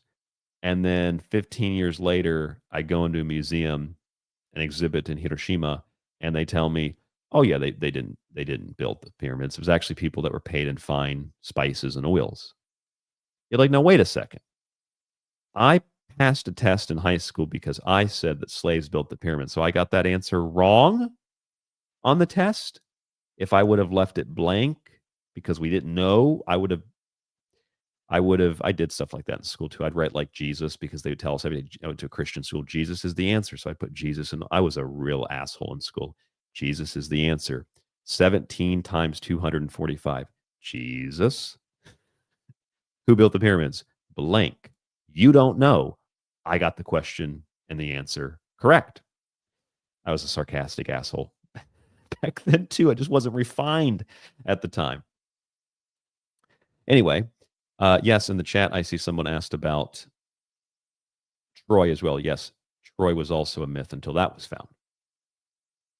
So anyway, specifically on the subject of Egypt, I'm going to pause, remind people what they're listening to, and then we will go back into the show. We're almost at the halfway point. This is The Secret Teachings. For those of you listening on a YouTube, a Facebook, and X, this is a live video show on Fridays, almost always at the same time. I think it's time zones have got me all mixed up, but I believe it's 5 p.m. Mountain Standard Time. And this show is only video on Fridays for you because you support us by buying books on the website, tstradio.info, subscribing to the show, and then also just listening to the free show archive with all those annoying ads. I know they're so annoying, but they keep the show up. They keep us running independently. And for those of you who are listening audio only, that's the mass majority of the audience, then you are listening to the main show. You can't see anything, obviously, but you can go watch the video when you get a moment to do so. It's free. If you're in the free video stream and chat tonight, please go download the show after the fact. Please go download the show after the fact. It really helps us out. I know most of you do. I'm just reminding you and thanking you for doing that. Thank you, thank you, thank you, thank you, thank you. And lastly, Buy Me a Coffee, Cash App, and PayPal are options. I really don't like PayPal, but Cash App and Buy Me a Coffee are great ways to support the show. And if you want to do that, you can click the links below in the video. It's below on YouTube. If it's the audio show you're listening to, it's below under the show description on whatever platform you are listening to. Also, Chris in the chat says, I tried to confirm this. I'm not. They sent, Chris, you sent this to me on Facebook, right? That we are top 10 in history podcasts on Spreaker. I did not know that. That's really cool. Top 10 in history, which is weird. I see those lists come out all the time. Top 50 paranormal conspiracy shows. I never make that list because they don't know what my show is. Because I got removed from TalkStream Live. So I don't rank there anymore or at all. And there's like weird, horrible conspiracy shows. People like, is the mic on? Okay, so tonight we're going to talk about the Anunnaki and so there's like aliens and it shoots the top because there's just so little. There's so little quality that if anybody has a working microphone, it shoots the top 100 on those platforms. Outside the top like maybe 50, which are good shows. I never get ranked on there. I'm like, why? I feel like my show's like the ultimate conspiracy show. Why is my show not ranked there? And then I learned because we got removed from the ranking system. And that has to do with another radio host too, named Jimmy Church. I think he contributed to that. But yes, we're on Spreaker independently, top 10 for history podcasts, which is amazing.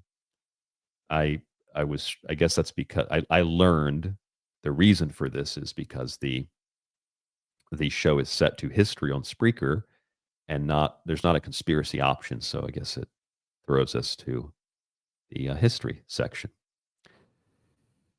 Tim Curley said, Christina Gomez, #1 podcast of all time. Yep. If you're thinking about committing suicide, that would be the one to listen to.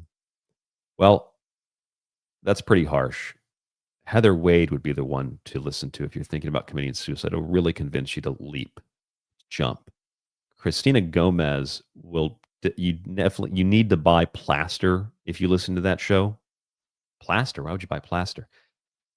Because you're going to punch a hole through the wall if you listen to Christina Gomez. You're like, this girl banged Jimmy Church, and now she's an expert on UFOs? Really? That's how it works. I just have sex with Jimmy Church, and then I get a show. It's crazy how the system works. Anyway, oops, did I say the behind the scenes thing? Oops. That's why people don't want to associate with me.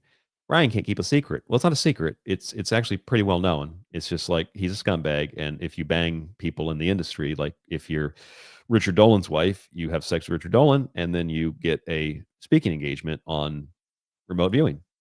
Great. See, that's why you don't get people on your show, Ryan. You talk about Richard Dolan. Well, I don't dislike Richard Dolan. I think Richard Dolan's actually a really nice guy. He's a cool guy, smart guy.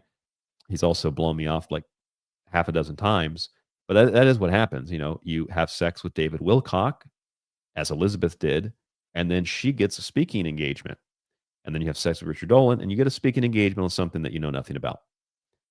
And then if you do that with Jimmy Church, you get a top 5 podcast. It's just like, so it's just as bad as Hollywood, then, is basically what you're saying.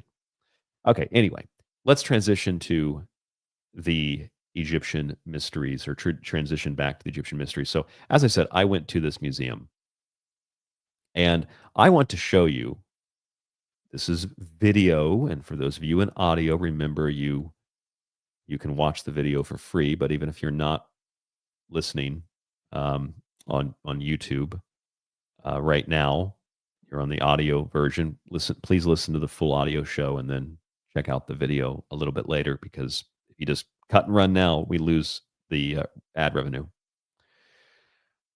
This image here, it's in Japanese, most of it here, so it's obviously hard to see, but there's also some English at the bottom that gives you an idea of what it is.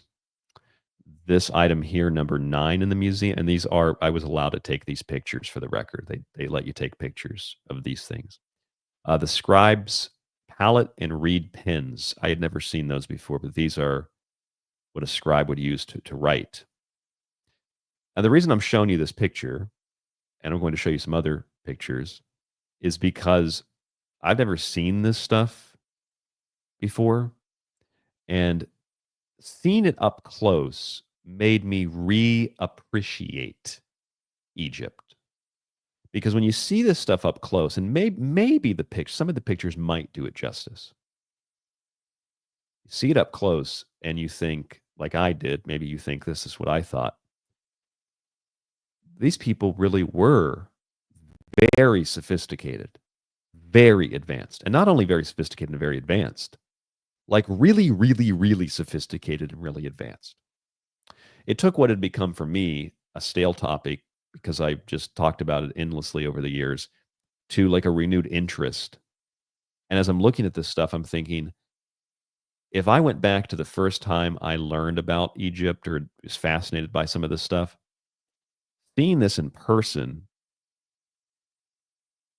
in comparison to when I first heard about this stuff, it's like a tenfold increase in interest. Because when you look at it in person, you're thinking, these people were more advanced intellectually than we are today. Like by leaps and bounds. They were very, very sophisticated. And remember, we're talking about thousands and thousands and thousands and thousands of years ago. We're talking about a time period where people were supposed to just be dumb.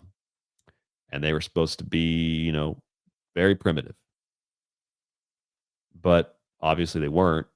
Going back 3,000, it would like 5,000 years, 3,000 BC. And then you go back to Sumeria, it's 4,000.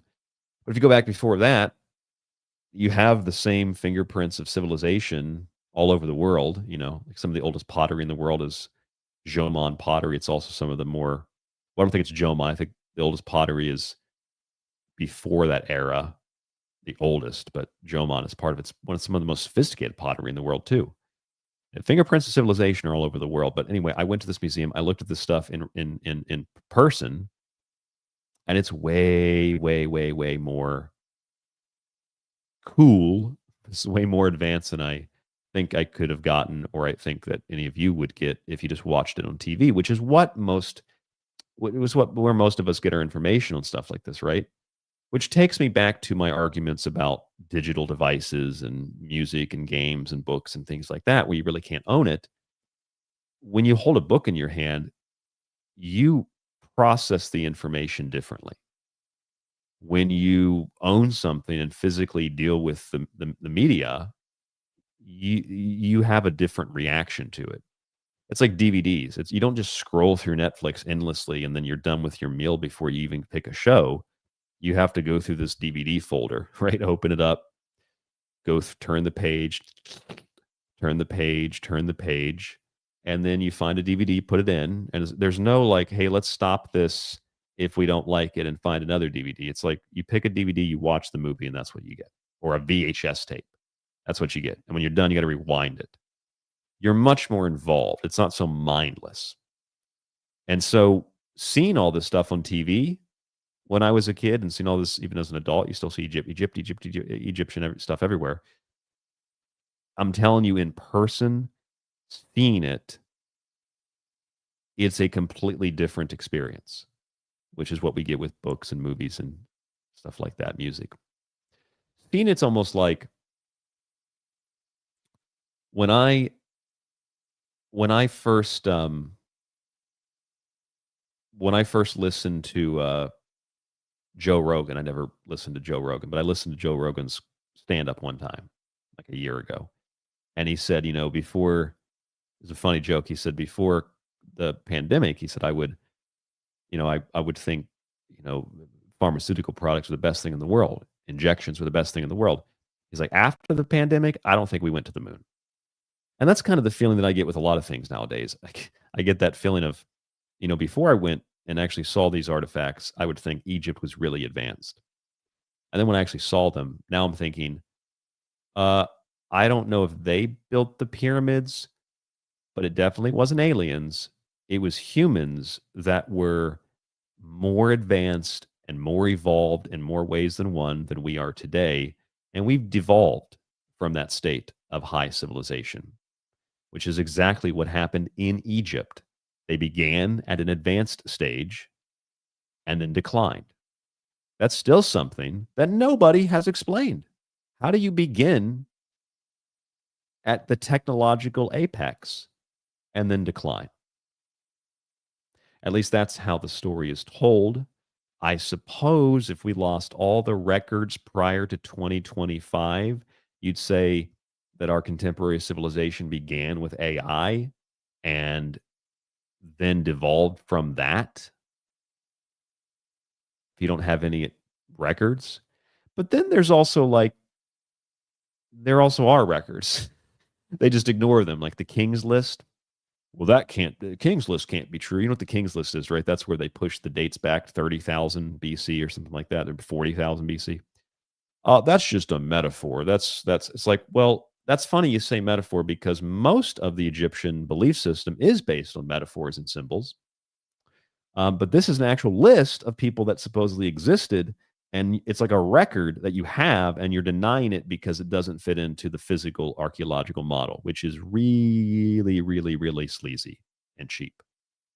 And it's also basically a lie. It's a lie. It's disgusting how all of this works. And a lot of these archaeologists, too, there's some great archaeologists, and there's people like that Dibble guy. Is his name Dibble? I mean, he debated Graham Hancock on Joe Rogan. That's actually the first Joe Rogan episode I ever listened to. It was recent. And I watched that. I wanted to watch it and I just listened to it. I listened to it and I went back and watched some of the clips of it. That guy is so arrogant and so patronizing. And so what was his argument? My father was an archaeologist. It's like, hey, that's not an argument. I wish Graham would have grilled him on that. Like, that's not an argument.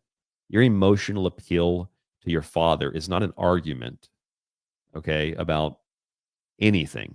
It's a fallacy. It's a diversion. It's misdirection.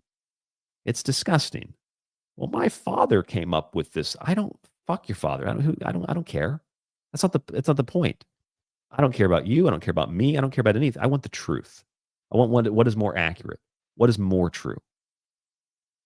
I care about what your father did. I never understood that. Like if my son grows up and we find out that there really were no conspiracies, it was all fake. It was all made up. The conspiracy was to create fake conspiracies. and it was all, quote, provable, I would hope my son says, yeah, my dad was cool, but he also believed a lot of stuff that wasn't true and disseminated on the internet and on terrestrial radio. If I was still alive, I'd be like, okay, it's true. I don't. Why we're so emotional about things like my dad did this. Fuck your dad? Who cares? What's the truth? I want the truth. I don't care what your great great grandfather did. Maybe they were important. Maybe they contributed. They probably did. His dad probably contributed greatly to archaeology. But that's not an argument for evidence, right? That's not an argument for evidence. Tim Curley says you should listen to the Douglas Murray Dave Smith debate. Yeah, that's the second. Was it the second Joe Rogan? I think the Graham Hancock one was older, so I think this is the second one I listened to. Was the Douglas Murray Dave Smith debates? That was wild stuff. You never been there? What a condescending a-hole. Anyway, yeah, Eric Schrock, you've never been there? Hasn't that guy also use that argument himself, like about places he's never been, and said that arguments like that? Oh, I saw a clip of him saying arguments like that are just really, really, intellectually inferior. And then he uses the same argument. It's so silly. I don't even know why we just wait around for people to confirm, certain stuff. When you look at this stuff this is from the Egyptian Museum. So you've got a couple of things happening here. You either have people that look at this and say, well, yeah, we know that skilled workers built the pyramids now, but we really needed a 15 years of confirmation and whatnot to confirm it. It's like, I get that. That's okay, great. You need confirmation, but you didn't have clearly, because you're now admitting that skilled workers built them. You never had confirmation of the slave theory. So maybe you should have double checked that before you sold that to the people and before you pumped that into the minds of kids who wrote that on tests, and if they didn't know it, they flunked. And that could have destroyed people's lives. It's pretty serious. We needed the evidence. Well, then you shouldn't have published fake information about slaves then, because slaves didn't build the pyramids of Giza. They may have built other pyramids, but they didn't build the pyramids of Giza. So on one side, you have those people, I don't want to say orthodox, but you have the orthodox type archaeologists and others. And they say, we needed the evidence of the skilled workers. Again, why didn't you need the evidence of the slaves? And then you get the other side, and this is my favorite side. I'll admit it. My favorite side is, why would you show these pictures on your show, Ryan? Clearly, this stuff was made. It's fake. Okay? Maybe it is fake. Maybe some of it is fake.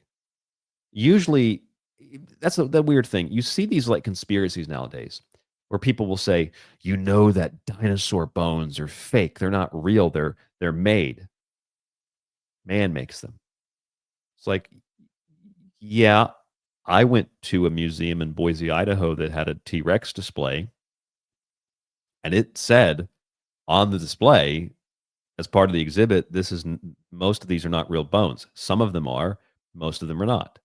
So like if it was a conspiracy to make you think it was all real bones, why would they also tell you most of this is not real bones?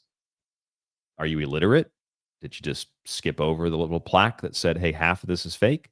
So why would they tell you that if there's some grand conspiracy? This is the thing that doesn't make any sense to me. Usually if you go to, I love museums. I go to museums and I see things like, this is a replica. Okay, it's a replica. Like I went to the Dolly Museum. Some stuff was real. A lot of it was a replica, which to me is kind of stupid to go see replica, but I went to it. Don't like Dolly personally. Don't really think it's definitely talent, but I think it's a weird kind of talent, and I'm not really intrigued by it, so I don't really care. But I went to it, and most of it was a replica, and I'm like, I could just see this on the internet. I don't need to come spend that. That was an expensive museum too, because all the hippie, yuppie, liberal types like to go, oh, it's a Dolly museum. I have to go see the Dolly museum. And then you go and it's like $35 to see replicas. I don't want to see replicas. I want to see the real thing. But they don't, there's very little in there. They don't really show you the real thing. But why would they tell you it's fake, if there's a conspiracy to convince you that it's real, you just didn't read the fine print. I have no doubt. No doubt. Some things are replicas. I'm pretty sure that in this museum, there were a few things that were replicas, but most of it was not a replica. And that's the other side of this coin. It's all fake. What's that stupid AI video that's going around the internet? Did you know that the pyramids of Giza were actually built in like 1987 with modern construction equipment? Really? They were built in 1987. I think that was one of the years. It might have been earlier. I don't know. But it was definitely when cranes were around, which is also kind of weird because that conspiracy of like the whole plateau of Giza was only built recently, like a few years before I was born, is also based on like the mainline archaeology narrative, the archaeological narrative, that they had to have used like cranes or modern technology to do it. So there's like a blending together of mainline orthodoxy. So like they used a levee pull system, like an archaic crane, and like the conspiracy world where nothing's real. They've gone so far off the edge, they've come back around to the other side. Like when you go so far to the right, you end up on the left. So far to the left, you end up on the right. That's what these two sides have done. They've gone so far in their respective cults that they've come back around. They've met each other in the middle. I've always thought that was weird. Maybe I'm the only person that's ever thought that, but I think that a lot. I think that's really weird. And I've seen these pictures before and these videos. Of course, the other question is, if it was built in 1987, which is one of them that I saw recently, I'm pretty sure that in 1987, just thought, I'm pretty sure that, and I should double check this to make sure I get the date right. Yeah, Sony released the first camcorder in 1983. So we're talking several years before the pyramids were built, they tell us. And yet the video of it looks like film. So I guess maybe people were still using film. But see, here's the other thing. When you I should play the video, but I don't really want to play that garbage on my show. But I went to film school and I shot in film. And if you've got film that's old and maybe it's not in the best shape and there's like artifacts on it, yeah, you're going to get that kind of classical, film look. As the slides are going, you kind of get like holes that open up or close and like smudges here and things like that. Stuff like that. You normally don't get like a consistent. Well, in other words, what they did was they made up a fake video using AI and then they put a filter on, like a film filter. That's what it is. It's garbage. Just like Ashton Forbes and his fake videos of the Malaysian airline flight. Fake. Fake, fake, fake, fake. By the way, he's got a beef with us too, by the way. He wanted the spark notes on our 3-hour Malaysian airline flight show. And I said, there are no spark notes. It's a presentation. And he said, well, what do you think about the video? It's fake. You're a fraud. Well, prove to me that it's real. Prove to me that it's fake. Well, you sold very expensive free energy devices, so I'm pretty sure the video is fake. Very sure it's fake. We also saw these videos too with Egypt. Remember the story that came out earlier this year about what was discovered in Egypt under the pyramids. In March of this year, beneath the Khafre pyramid, one of the three main pyramids, there was a discovery of these giant things, right? These giant, I guess you could say, people said they were springs. People said that they were tunnels. People said a lot of stupid stuff. And maybe I should show you a picture of that. Yeah, here's an artist's rendering of what it looks like. I'll bring this up on the screen for you. This is one of the artist's renderings of what was under the Great pyramid complex. This is Khafre, one of the other pyramids. And I don't know what it looks like actually. It looks like maybe some kind of like pipes or something, coils, something like that. I don't know. That's under the pyramid. And remember when this happened? Remember, people were saying that's where the reptilian grays are. Really, that's jumping to conclusions, don't you think? That's where the reptilian grays are. What does that even mean? They live in coils. It's so stupid. And then you got people saying it's not real. Well, how do you know it's not real? Whatever, I don't know what it is, but how do you know it's not real? Because they didn't have, direct authorization from the Egyptian government to do the scans. It's like, I think they did it by satellite, so they didn't have to get direct permission to do it. It's like, so it's not real because they didn't have permission to do it. Like, none of the arguments for any of this stuff makes any sense at all. And I'm pretty sure that they claimed that they found, or some people believe that they had found, what was it, like the Hall of Records or something like that? Which, how many times has that been, quote unquote, discovered? Let me see if I can pull up the article about this. Egyptian Discovery March Pyramids. So here's some archaeological websites. Yeah, vast underground city. It's not really an underground city, as you can see by the artist rendering. They'll show you the artist rendering in the same articles that they call it a giant city. It's not a giant city. It's pipes or coils or something like that. I don't think it's really a city. I mean, I guess maybe they're using a different definition of city. They use synthetic aperture radar technology. And I believe I'm looking at the article right now here. I could pull this. No, I don't. Let's not waste time pulling this up. But I believe they also said that they found. Yeah, here's a 3D model. That's what you're looking at now. And this is another great one. Here's the 3D model. It looks like something from Tomb Raider. You play Tomb Raider? Play Tomb Raider on like the PlayStation 1. That's what it looks like. Okay, there's their model. And I believe they also said, I'm pulling this up right now. I mean, I'm not, for the record, I'm not disputing what they found. There's probably something there. What I'm disputing is every argument that describes what it is without actually knowing what it is. And then I think the most bizarre thing that disproves that this is anything substantial, at least to me, is the argument that they found the halls of Amenti, which is, like a hall of records. It includes the Hall of Records. And I thought, well, that's really interesting, because the thing is, you can't find the Hall of Records, or you can't find Amenti, because it's not a physical place. And I think I did 3 different shows where I was a guest, and I explained this. And I said, they claim they found the halls of Amenti. You can't find the halls of Amenti. They're not a physical place.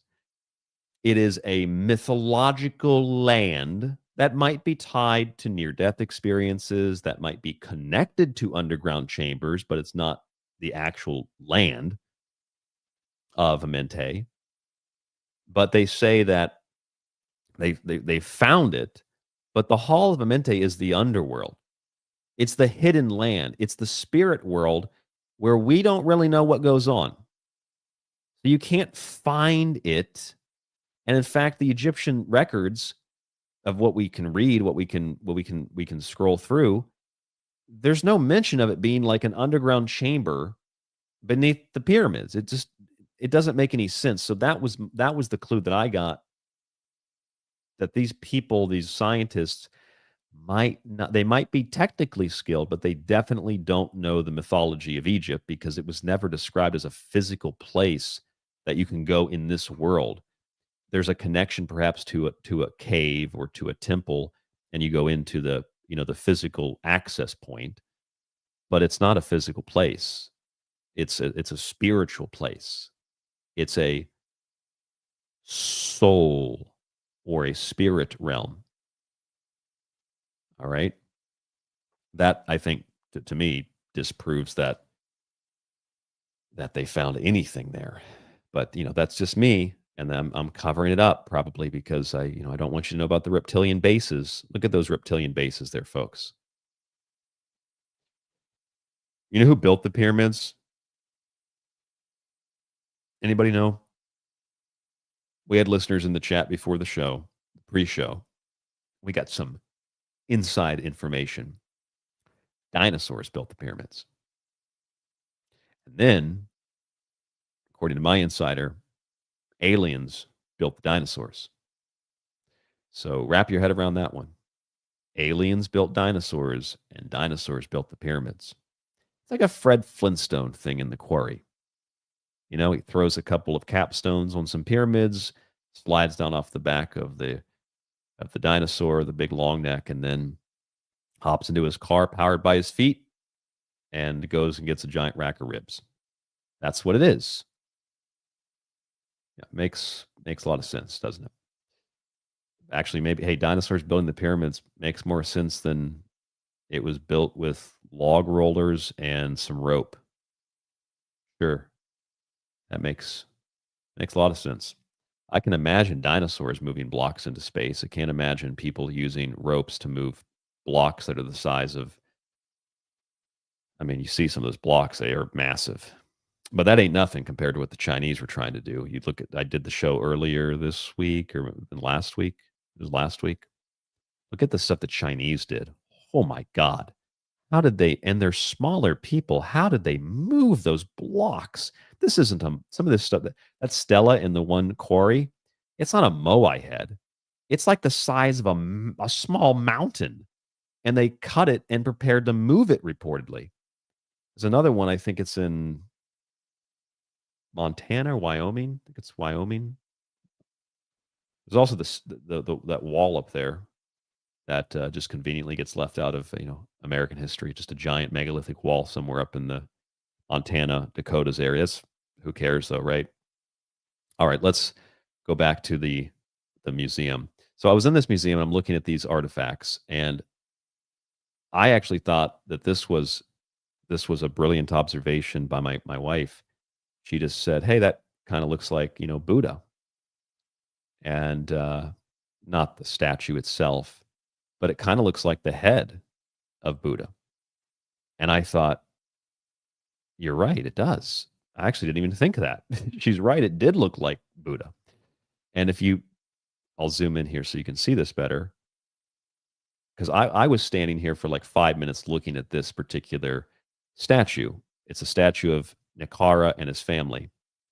And I'm looking at this, and I'm looking at the son on the right, or well, it's your left, but his right. And you'll notice the hand gesture that this kid is doing. Well, they say kid, but he's also as tall as is he a little bit taller than his dad, or a little bit less, almost the size of his dad. Maybe he's like a teenager if his dad stood up. I don't know what age, but the point is, I was looking at this and I'm thinking, okay, so the Egyptians used to depict children in this way, innocence, maybe archaeologists say sucking the finger. That's why they used to do this. And I thought, really? Is that really the best description of what that hand gesture means? You got to do better than that for me. So I'm sitting there trying to figure out this statue, and I think this looks really familiar. What's the name of that god? And then I realized, oh, that's a very, very famous god, Harpocrates. And for those of you who don't know Hippocrates, I will show Hippocrates to you. Hippocrates does the same hand gesture. Hippocrates looks like this. See the same hand gesture. Now, the reason that this was interesting to me in the museum, I'm sitting there looking at this, I'm thinking, okay, the plaque says that this is a hand gesture that has something to do with innocence and childhood, which in a sense it does, but that's not really the point. The point is, Harpocrates is doing this not because he's an innocent child, but because of what Harpocrates represents. Harpocrates is a god of silence. I have this in my book, Occult Arcana, by the way. If you've not read it yet, you can get a copy of it at tstradio.info, and there's links below in the show description to the website, that is. Harpocrates is the Greek name, the Greek god of silence, who is equated to the Egyptian Horus. Oftentimes, Harpocrates is depicted with the symbols of the Alpha and the Omega. Behind the lips, behind the finger, which is placed in front of the lips to imply silence and secrets, are the mysteries. The mysteries from the voice, the word, vibration, the mysteries from the sexual copulation of the connection between the mouth and the tongue, the vaginal and the phallic organs. Every act of speaking is a sexual act. Silence is also wisdom. The mysteries. Don't reveal the mysteries of life, the mysteries of nature. This is also misinterpreted in Masonry to mean that if you don't be quiet, we'll kill you, which some societies do that. I think the Masons have been misrepresented because could mean a lot of things. It could mean, one, we don't know the secrets either. It could also mean don't tell the secrets. We don't have to get into an entire presentation on that, but the point is I saw this at the museum and I thought that's the same thing. Even the headdress is a common headdress, so the headdress is the same as well. And there's no note of that in the museum. There's no note of like the hand gesture of Harpocrates. And I thought, okay, so they've now admitted at the introduction to the museum, slaves did not build the pyramids. We'll give it to them 15 years later. And which is funny, like a 18-year-old, 19-year-old kid, me, said that before museums said that. Not because I was smart, but because I just read what other archaeologists found. And then was told that's not true until 15 years later. And apparently it is true. So then there's no notice. The only thing is on this little plaque here, it just talks about, you could translate this if you want. It talks about the silence, because this is in Japanese. Talk about this, the silence in regard to children, like children are quiet. Maybe they're to be respectful, or children are sucking on their finger. I mean, that's the weird thing. The plaque actually says, and in fact, let me translate this. I can read some of this, but it would be easier to just translate it because I'll be stumbling through the translation. But if I translate this and read it to you, this is really important. If you translate this, I'm trying to get my translator out. Okay, if you translate this, here's what it actually says. Let me translate it. Well, I have to switch to Japanese, not English. Switch to that, and okay. Here's what it says, and this is important because this is all the museum says of the statue. It says, in the center stands Nikara, the scribe supervisor, flanked by his wife Nikaneb, and their son Ankmara.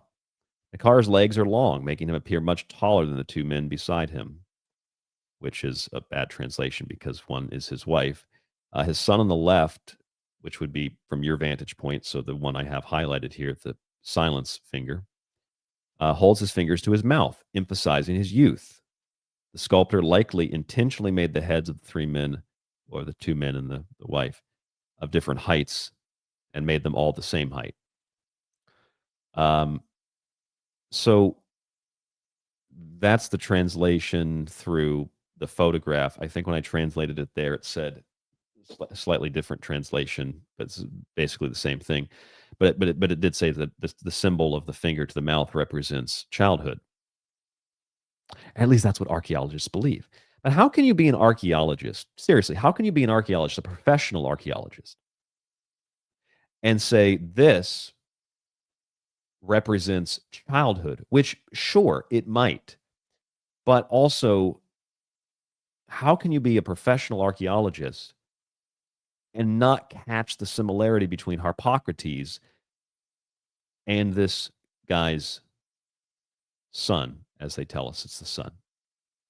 Like, maybe I'm blind, but what you see on your screen right now, that is the same as this. It's the same. It's the same. It's the same. So what, let me guess, one is suggesting childhood, the other is part of the secret teachings of Egypt. How do you miss that? And I actually think it's missed. I think most of the time it's missed. I don't think these archaeologists, most of them probably would reject the work of a Joseph Campbell. Which, I mean, this is the thing. I never read Joseph Campbell until probably 5 years ago. And people used to say that that's where I got all my ideas from. It's not. I read Joseph Campbell. The first Joseph Campbell book I read, like the full book, was last year. I never read a full book until last year. I read The Hero with 1,000 Faces when I was over here in Japan last year. One of my favorite books now. I read that and I'm like, I notice all this stuff independent of Joseph Campbell. Not all of it, a lot of it. Not because I was smart, it's because it's like that's the same picture. Corporate needs you to find the difference between these pictures, like The Office. It's the same picture.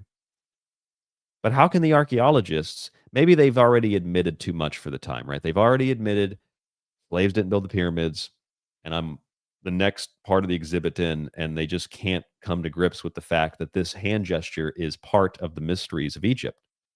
I should go to the museum and say, hey, I'd like to give a presentation at the end to explain what this statue is, because this is a full, 5-hour historical,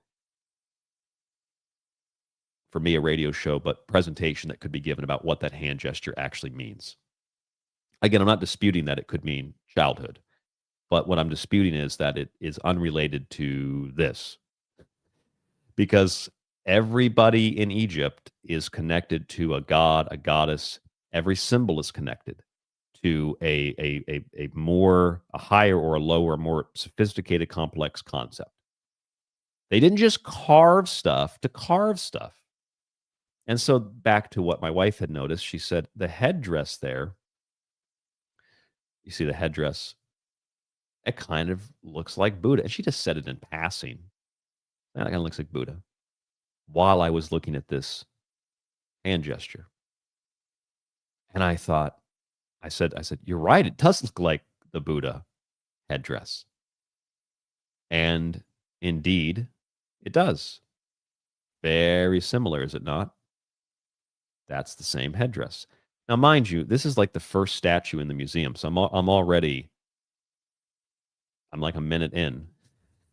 And I'm already finding this. And my wife actually found this one. I'm thinking, now hold on a second. This is Harpocrates and the Buddha headdress. I had never noticed that before. So I give her credit for noticing that. And I'm looking at that and I'm thinking that is the same thing. There's no note of that.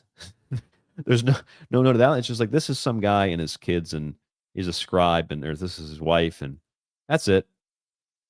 So no note about Harpocrates or the Buddhist or the Buddha symbol. No note about that. The significance of what that would mean. It's just so weird that these people are, these museums, like how much millions and millions of dollars are invested in stuff like this, and the archaeological, narratives. And you don't have to be an archaeologist to just look at the similarities. It's identical. Look at the similarities between these two things. It's the same thing. Same thing. Same thing. As I'm saying that, if you're listening audio, we're talking about the finger and the headdress. Now, for the record, Buddha, and I don't know if I'm pronouncing the Sanskrit correctly, the Ushnisha, or in more of an English translation, the Ushnisha, is one of the 32 marks of Buddha, appearing as a protuberance or dome-like bump on the top of the Buddha statues. Kind of looks like, for those of you who can't see it, it looks kind of beaded, like a bunch of beads or something. And it's really weird if you look up the Ushnisha, it's usually described as like a distinct headdress. The thing is, it's not that distinct because there's several statues of the Egyptians wearing the same thing. And the Buddha didn't come from Egypt. So what is that supposed to mean? And the thing is, I don't know, but clearly there's a connection between these things. Clearly, there's a connection between this and this. What is it? I can't say for sure. It's not really the point of the show for me to say, but that's fascinating. This is the Ushnisha of the Buddha. And you can say, well, that's just an Egyptian headdress, just an Egyptian crown. Yeah, but it's identical minus the flaming torch, which is consciousness, spirit. It's identical. And considering the significance of and the context of there's more than one meaning here. And, I understand some museums, so they can't show like every detail, but you would think that that's an important feature. I think it's an important feature. All right, moving on to the next one. Just some other interesting statues and things I took pictures of. I don't know why I have two pictures of that. Pictures of that. This is something that I had. What if I can I rotate this? Yeah. I've heard about this. I just never seen one before. This is I believe they referred to as like a funerary game board. I'd never seen one of these before, but I've seen pictures. I've just never seen one in person. I've never seen any of these artifacts in person, but here's a game board. And okay, this is a really important statue. In fact, I'm going to pull from the very end of this presentation this image here because there's a similarity. What if can I copy that and paste that? No. So I have to kind of do this. Okay, hold on one second. I'm going to pull this image up so you can see it next to this other image. It's going to take a minute. Well, maybe I can just do this. I can just take a screenshot of this, delete this one, and then add it back in. Yeah, it's a little bit easier. We'll add it back in here. Okay, so this is, oops, I added it. Oh my goodness, I added it too far away from the other image. I apologize. One moment again. Let me find the image. Okay, here it is. We'll put that in there. Okay, you notice in this particular statue that the individual is flanked on both sides by what appear to be crocodiles, right? You see the same thing in this picture. Crocodiles, same thing. Now on their head, I took a picture up close here. I took another picture up top so you can kind of see there's a scarab on the head. Now this is something that I want to show you because I think there's a guy that does he wrote a book too, and he does like short esoteric videos, really good stuff. This guy's brilliant. And he has made a lot of videos talking about the significance of Egyptian gods and symbols and how they relate to the human body. So let's look at the human skull. We're going to go through this image and then go through there's a bunch of images, but there's only a few that I really want to focus on. If you look at the human skull and you compare it to a scarab, which is what's on top of this statue's head, there is a similarity. And I'm trying to find an example here. Yes, here it is. So human skull and a scarab. Very similar, is it not? In the same way that you've probably seen the Eye of Horus and the human brain. There is a similarity between the Eye of Horus and the human brain. I will show that to you as well. And this goes on and on for gods, goddesses, and symbols of the Egyptian civilization. So these things are connected. There's a whole bunch of them, but these are just two examples here. Now I want to show you something else. There's different names for this. I'm going to try to find a few different examples here, but let's see. I'm going to pull up. There's two different names for this. So I'm going to pull this image up from Japan. And then I'm going to pull this up from, I believe it's ancient Sumer as well. So maybe, let's see how we can do this. There's one image. I'm doing this all in real time. Okay, let's see. Shinto shrine. You can type this in with me too. Type in Shinto shrine guardian dogs. And you'll know it automatically when you see it. You've probably seen these on Chinese architecture before. But these are very popular on Japanese shrines as well. You get these guardian dogs. Let's see if I can find a better picture.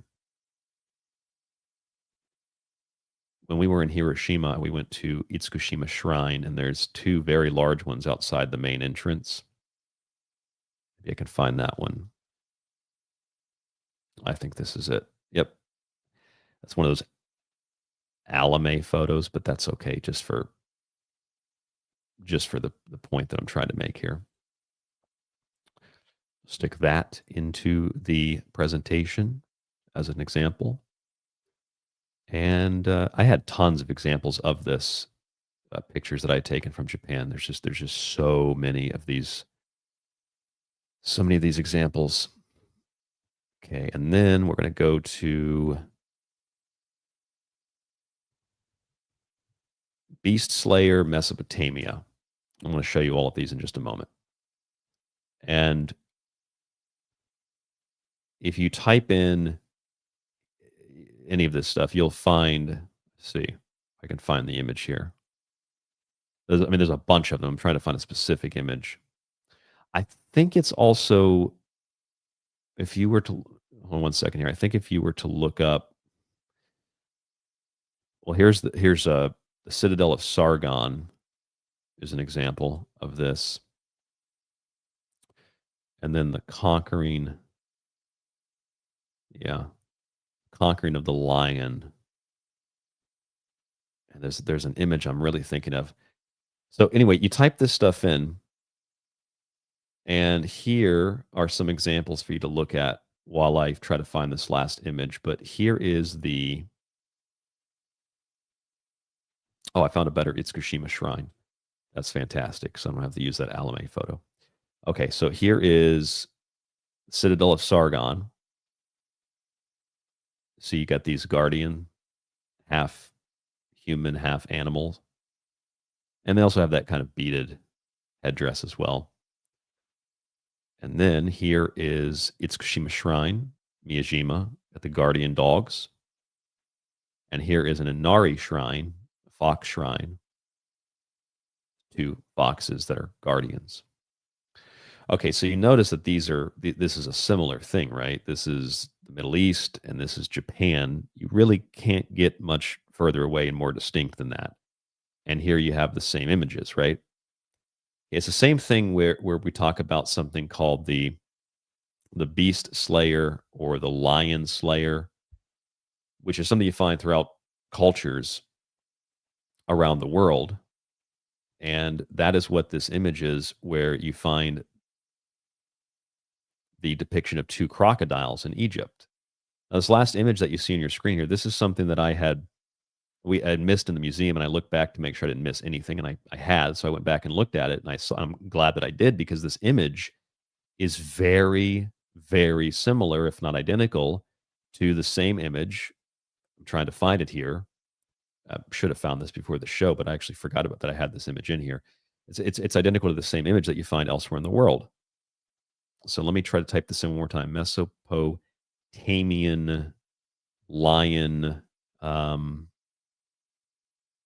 lion slayer or beast slayer image. So in Egypt, Osiris was, which is the Greek name, Osiris was the beast slayer, right? And by beast, we can understand enemies of Egypt. We can understand primitive communities, people that threatened Egypt. So those beasts were slain by Osiris, the civilizer, like Quetzalcoatl, Viracocha, and say even the Yellow Emperor of China. And this same image indicates that outside of the civilizing nature of these deities, we're also looking at the slaying of the animal self, the conquering of the animal self, which is a universal motif. And it is present within virtually every culture. I think I found it here. And if I can't find it, I think I might go grab my book, because I have a copy of it. Yeah, see, it's not here. Okay, so here's what we're going to do. Just for a quick moment, I'm going to put the image of this statue on the screen here. And I'm going to very quickly play a short little song here, and I will be back in like less than 20 seconds. All right, here we go. Check out that image. See the similarities. I'll be back in just less than 20 seconds.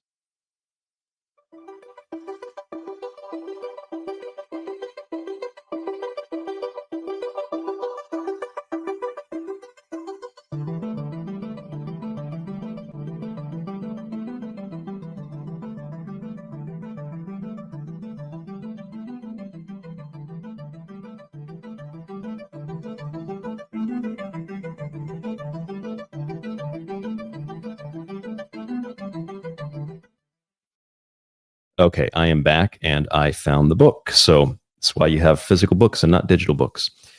So let me find the image here at the beginning of the book so you can see it. And it will be proof of the point. Somewhere here, I think at the beginning. Yeah, here it is. It's called The Monster Tamer. This is Iraqi. Okay, let's type that in. The Monster Tamer, Iraq. So you type that in, and you should get it. I guess not. Okay, so I guess the internet's just a cesspit of garbage, and you can't even get historical pieces. All right, anyway, this is what the image looks like. That's the Monster Tamer. Okay, and while I hold that up on the screen, I want you to look on the other side of the screen where you can see these images, right? These two images. There's with the scarab on the head. Okay, that's the skull. And here is the two crocodiles, just like in that other statue. Here's the two crocodiles again. And then on your screen, you can see this is the tamer, the monster tamer. And there's endless examples of this, but apparently you can't even pull that up on the internet. So that's the monster tamer. And you'll notice that that's identical in nature to this image from Egypt. And there's no mention that it's identical.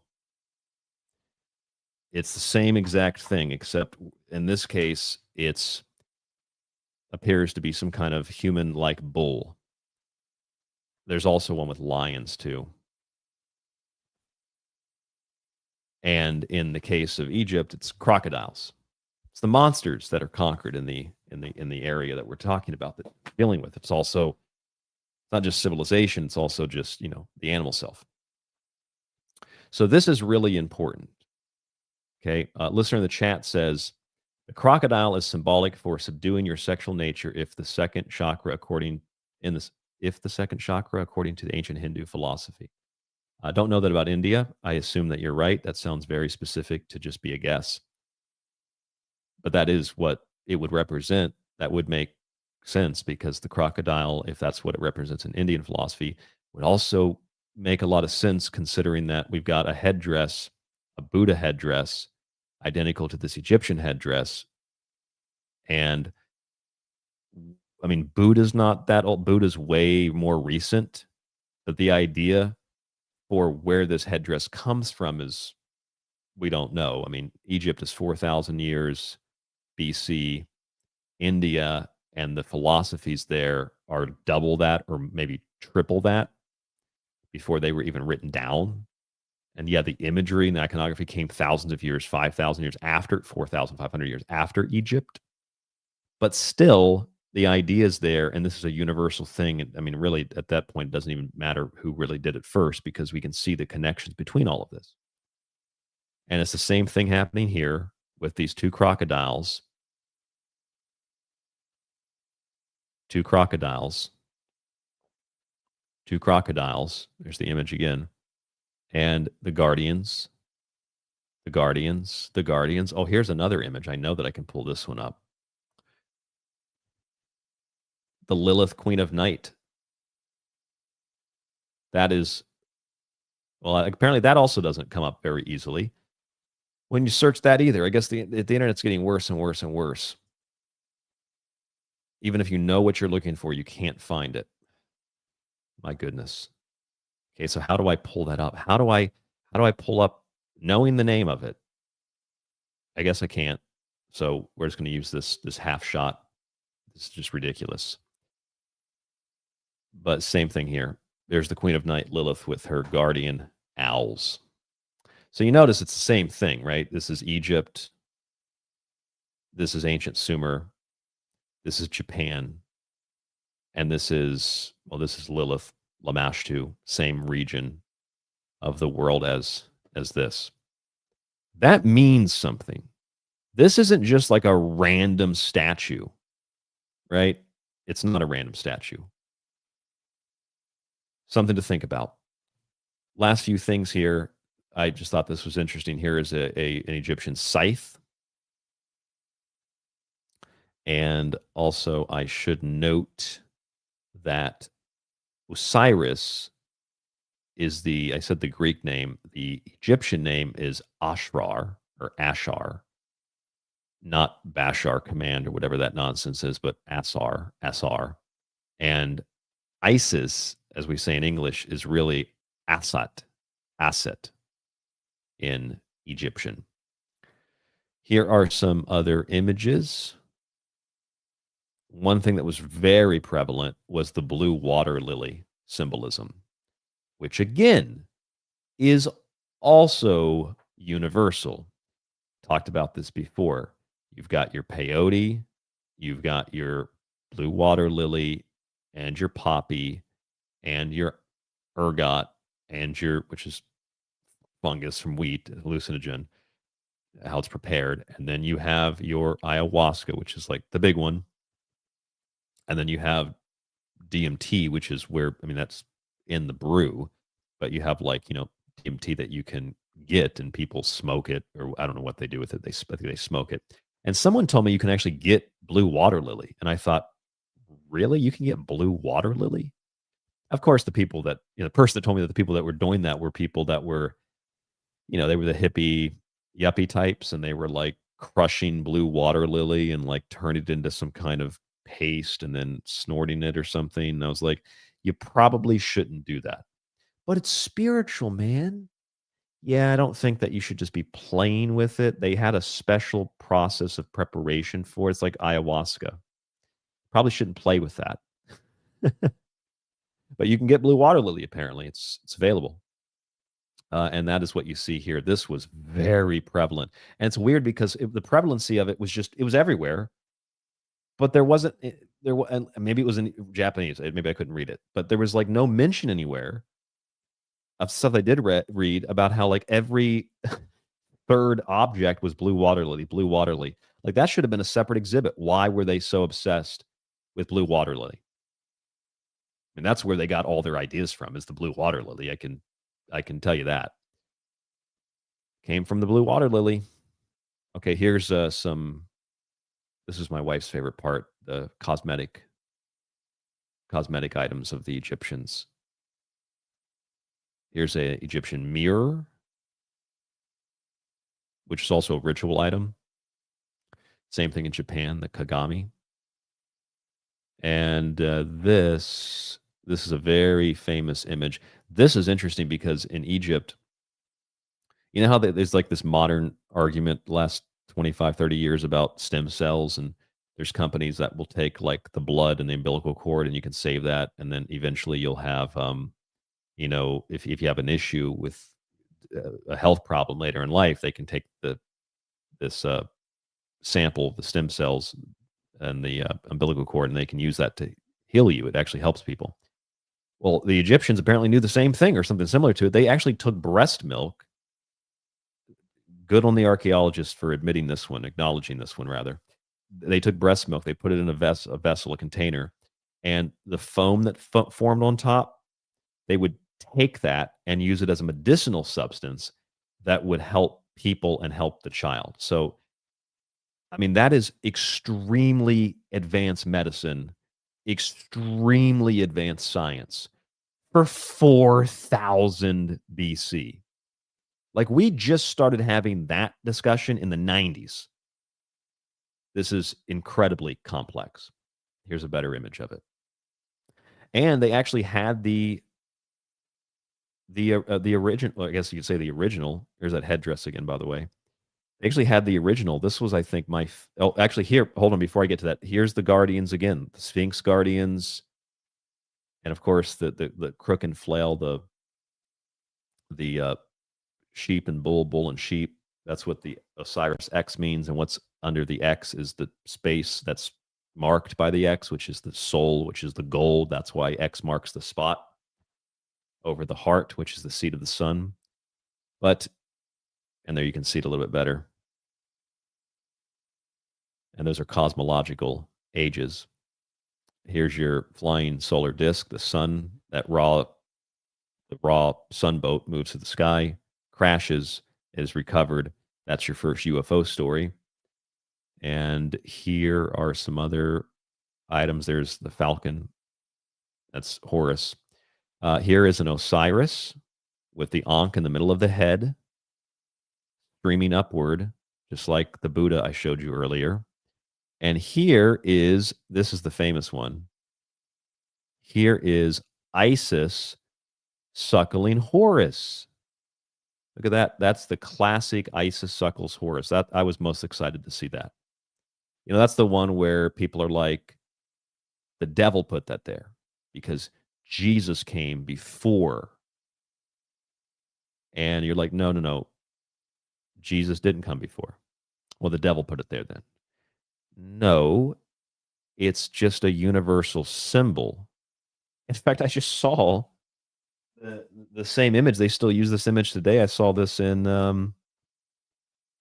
Hiroshima, as a matter of fact, at the Peace Park. If I could find that real quick, too. Yeah, at the Peace Park, they had this image. Not suckling, but here's the woman. If you can see that okay. The woman walking on the moon, and then she has the child in her arms. This is like the Black Madonna. This is Isis and Horus. This is Mary. It's the same. Well, that's a modern one. They just copied it. Well, yeah, but from the modern time to 4,000 years ago, it's the same universal symbol. And Jesus did reportedly go to Egypt. That is true. Cheryl says Yeshua loves Egypt. Yep. Well, the Jews accused Jesus of coming back with tattoos from Egypt, where he wrote down all the magical formulas. All right, fast forwarding. The second most fascinating thing to me was to actually see these hieroglyphics up close and to see and to be able to, I mean, I can read a few of them. This is a jed pillar, the spine or the phallus, and it goes along with the ankh, which is these are the ovary. If you zoom in, the ovaries are here. This is the womb, and this is the birth canal. And it also represents the humans, the arm, the legs crucified, and the human head. Otherwise, we just have like a Tau cross, which you've probably seen that before, Tau cross, the mark of Yahweh. And then here's the Yed pillar, which would be, Jedi, the Jedi. This would also be the spine and so on. Some more hieroglyphics, Horus. And here the symbols are together. So that's male and female. That's like the yin yang, basically. More blue water lily. There's a whole bunch of that. And some more incredible pictures. There's an Anubis. I think it's just a jackal, but they did have an Anubis statue in there. Another Osiris and Isis. And that's just like a model boat. I actually forgot, but I remembered when I saw this that some of the mummy wrappings actually, they had hieroglyphics written all over them. Good handwriting too. Here's an actual like jet artifact. And here's an up close of it. This is Epep, the one that eats the sun, like that ritual that NASA did 2 years ago.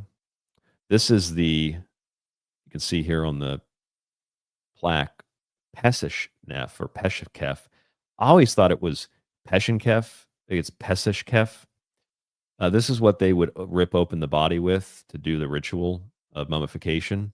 But I believe they also cracked the skull with it, which is interesting because they did the same thing in the Americas too, to release the soul. Here's some of these coffins. It's pretty cool. And then this particular image, this is really interesting because this particular image, here's the symbol for the duat. And I had never seen that before. This was the whole funerary process where they got the vessels here. And that's where they would put the different organs of the body. And then here's the duat, the 5-pointed star.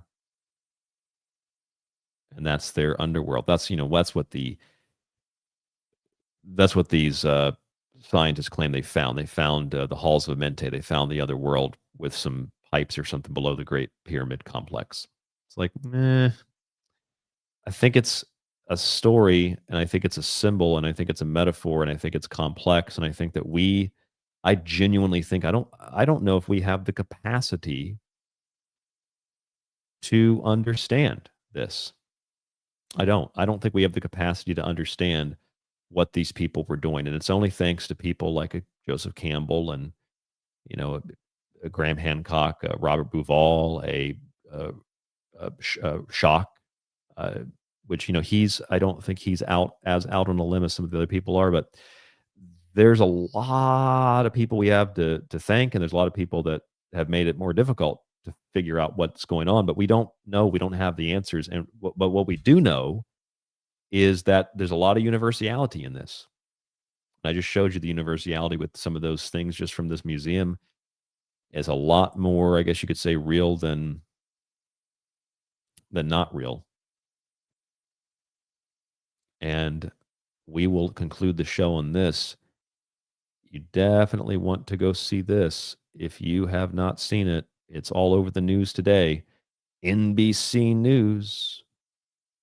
NBC News. Ancient skull from China may shake up timeline of human evolution. You think?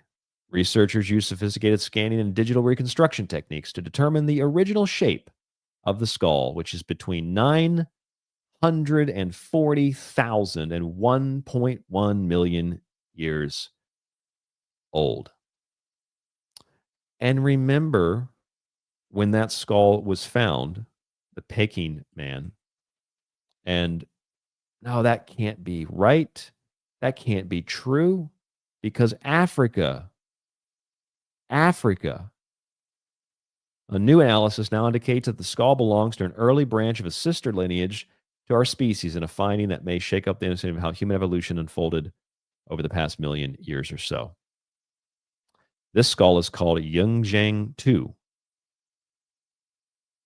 It lived 40 years old, which is pretty interesting because we were told, people only lived to like 20, 30, which I think that's probably not that accurate because a lot of people lived a lot longer than that during those time frames. It's just a whole nother subject I guess we could talk about. But the point is, here's a skull, it's Chinese, and I don't really care where it's from. It's like, if it's from India, great. If it's from Africa, great. I don't know why people make this an identity. The Chinese make it an identity, the Africans make an identity, the Indians make it. Who gives a shit? Just tell me what the oldest thing is we have, and we'll go from there. And let's not make it orthodoxy. Let's keep an open mind, because 5 years ago, you'd have said this is crazy, and now it's mainstream science. Just like slaves built the pyramids. Actually, 15 years later, turns out slaves didn't build the pyramids. Turns out skilled workers built the pyramids. Masons built the pyramids. People that got paid in oil and spices. So you might want to just stop making things orthodoxy. Would be one of the best ways to deal with this. That would be the best way. Okay, tstradio.info, rtgable@yahoo.com. Thank you so much for joining us in the chat. You can see it scrolling there on the screen. We did a pre-show tonight, and this is our main show, but you can listen to them both on our YouTube, and that is free. It's only free because listeners like you buy books like Occult Arcana, you subscribe to the ad-free archive, and you support us with things like Cash App, PayPal, but mostly Buy Me a Coffee and the subscription service. That's the main ones. We don't do any kind of money bombs, or we don't do super sticker chats or whatever they're called. They're called super chats. We don't do that on YouTube. I think that helps to not get our account taken down as well, on top of everything else. But we don't do any of that. And so your support, and almost even the honor system in some ways, is the way that we do things here. Thank you so much for tuning in tonight. Hope you enjoy the show, and I hope that you will join us next week for another round of shows. Thank you so much for supporting us in whatever way that you do. Please share the show link. I see Joe Roop just popped in the chat. Howdy, Joe. You missed the whole show. Go back, rewind it. I think you'd actually really enjoy this one, at least the last hour and a half. Definitely right up your alley. And if I didn't call you out in the chat tonight, it's because I tried to do a presentation and we did a pre-show tonight. So you got to get here earlier. Hit the reminder button on YouTube to remind you when the show is on air. For anybody who is listening audio only, go get that video. If you're listening video, go get that audio. Stay safe, stay informed, stay healthy. As always, I'll leave the chat going here for a moment, and I will talk to you on the next broadcast. One more time, so you don't forget. Secret Teachings, Monday through Friday. Audio only, and mostly. This is just a free, nice thing we do for listeners Friday nights. Otherwise, it's audio only. The video is the free thing. Have a great weekend. I'll talk to you on the next broadcast.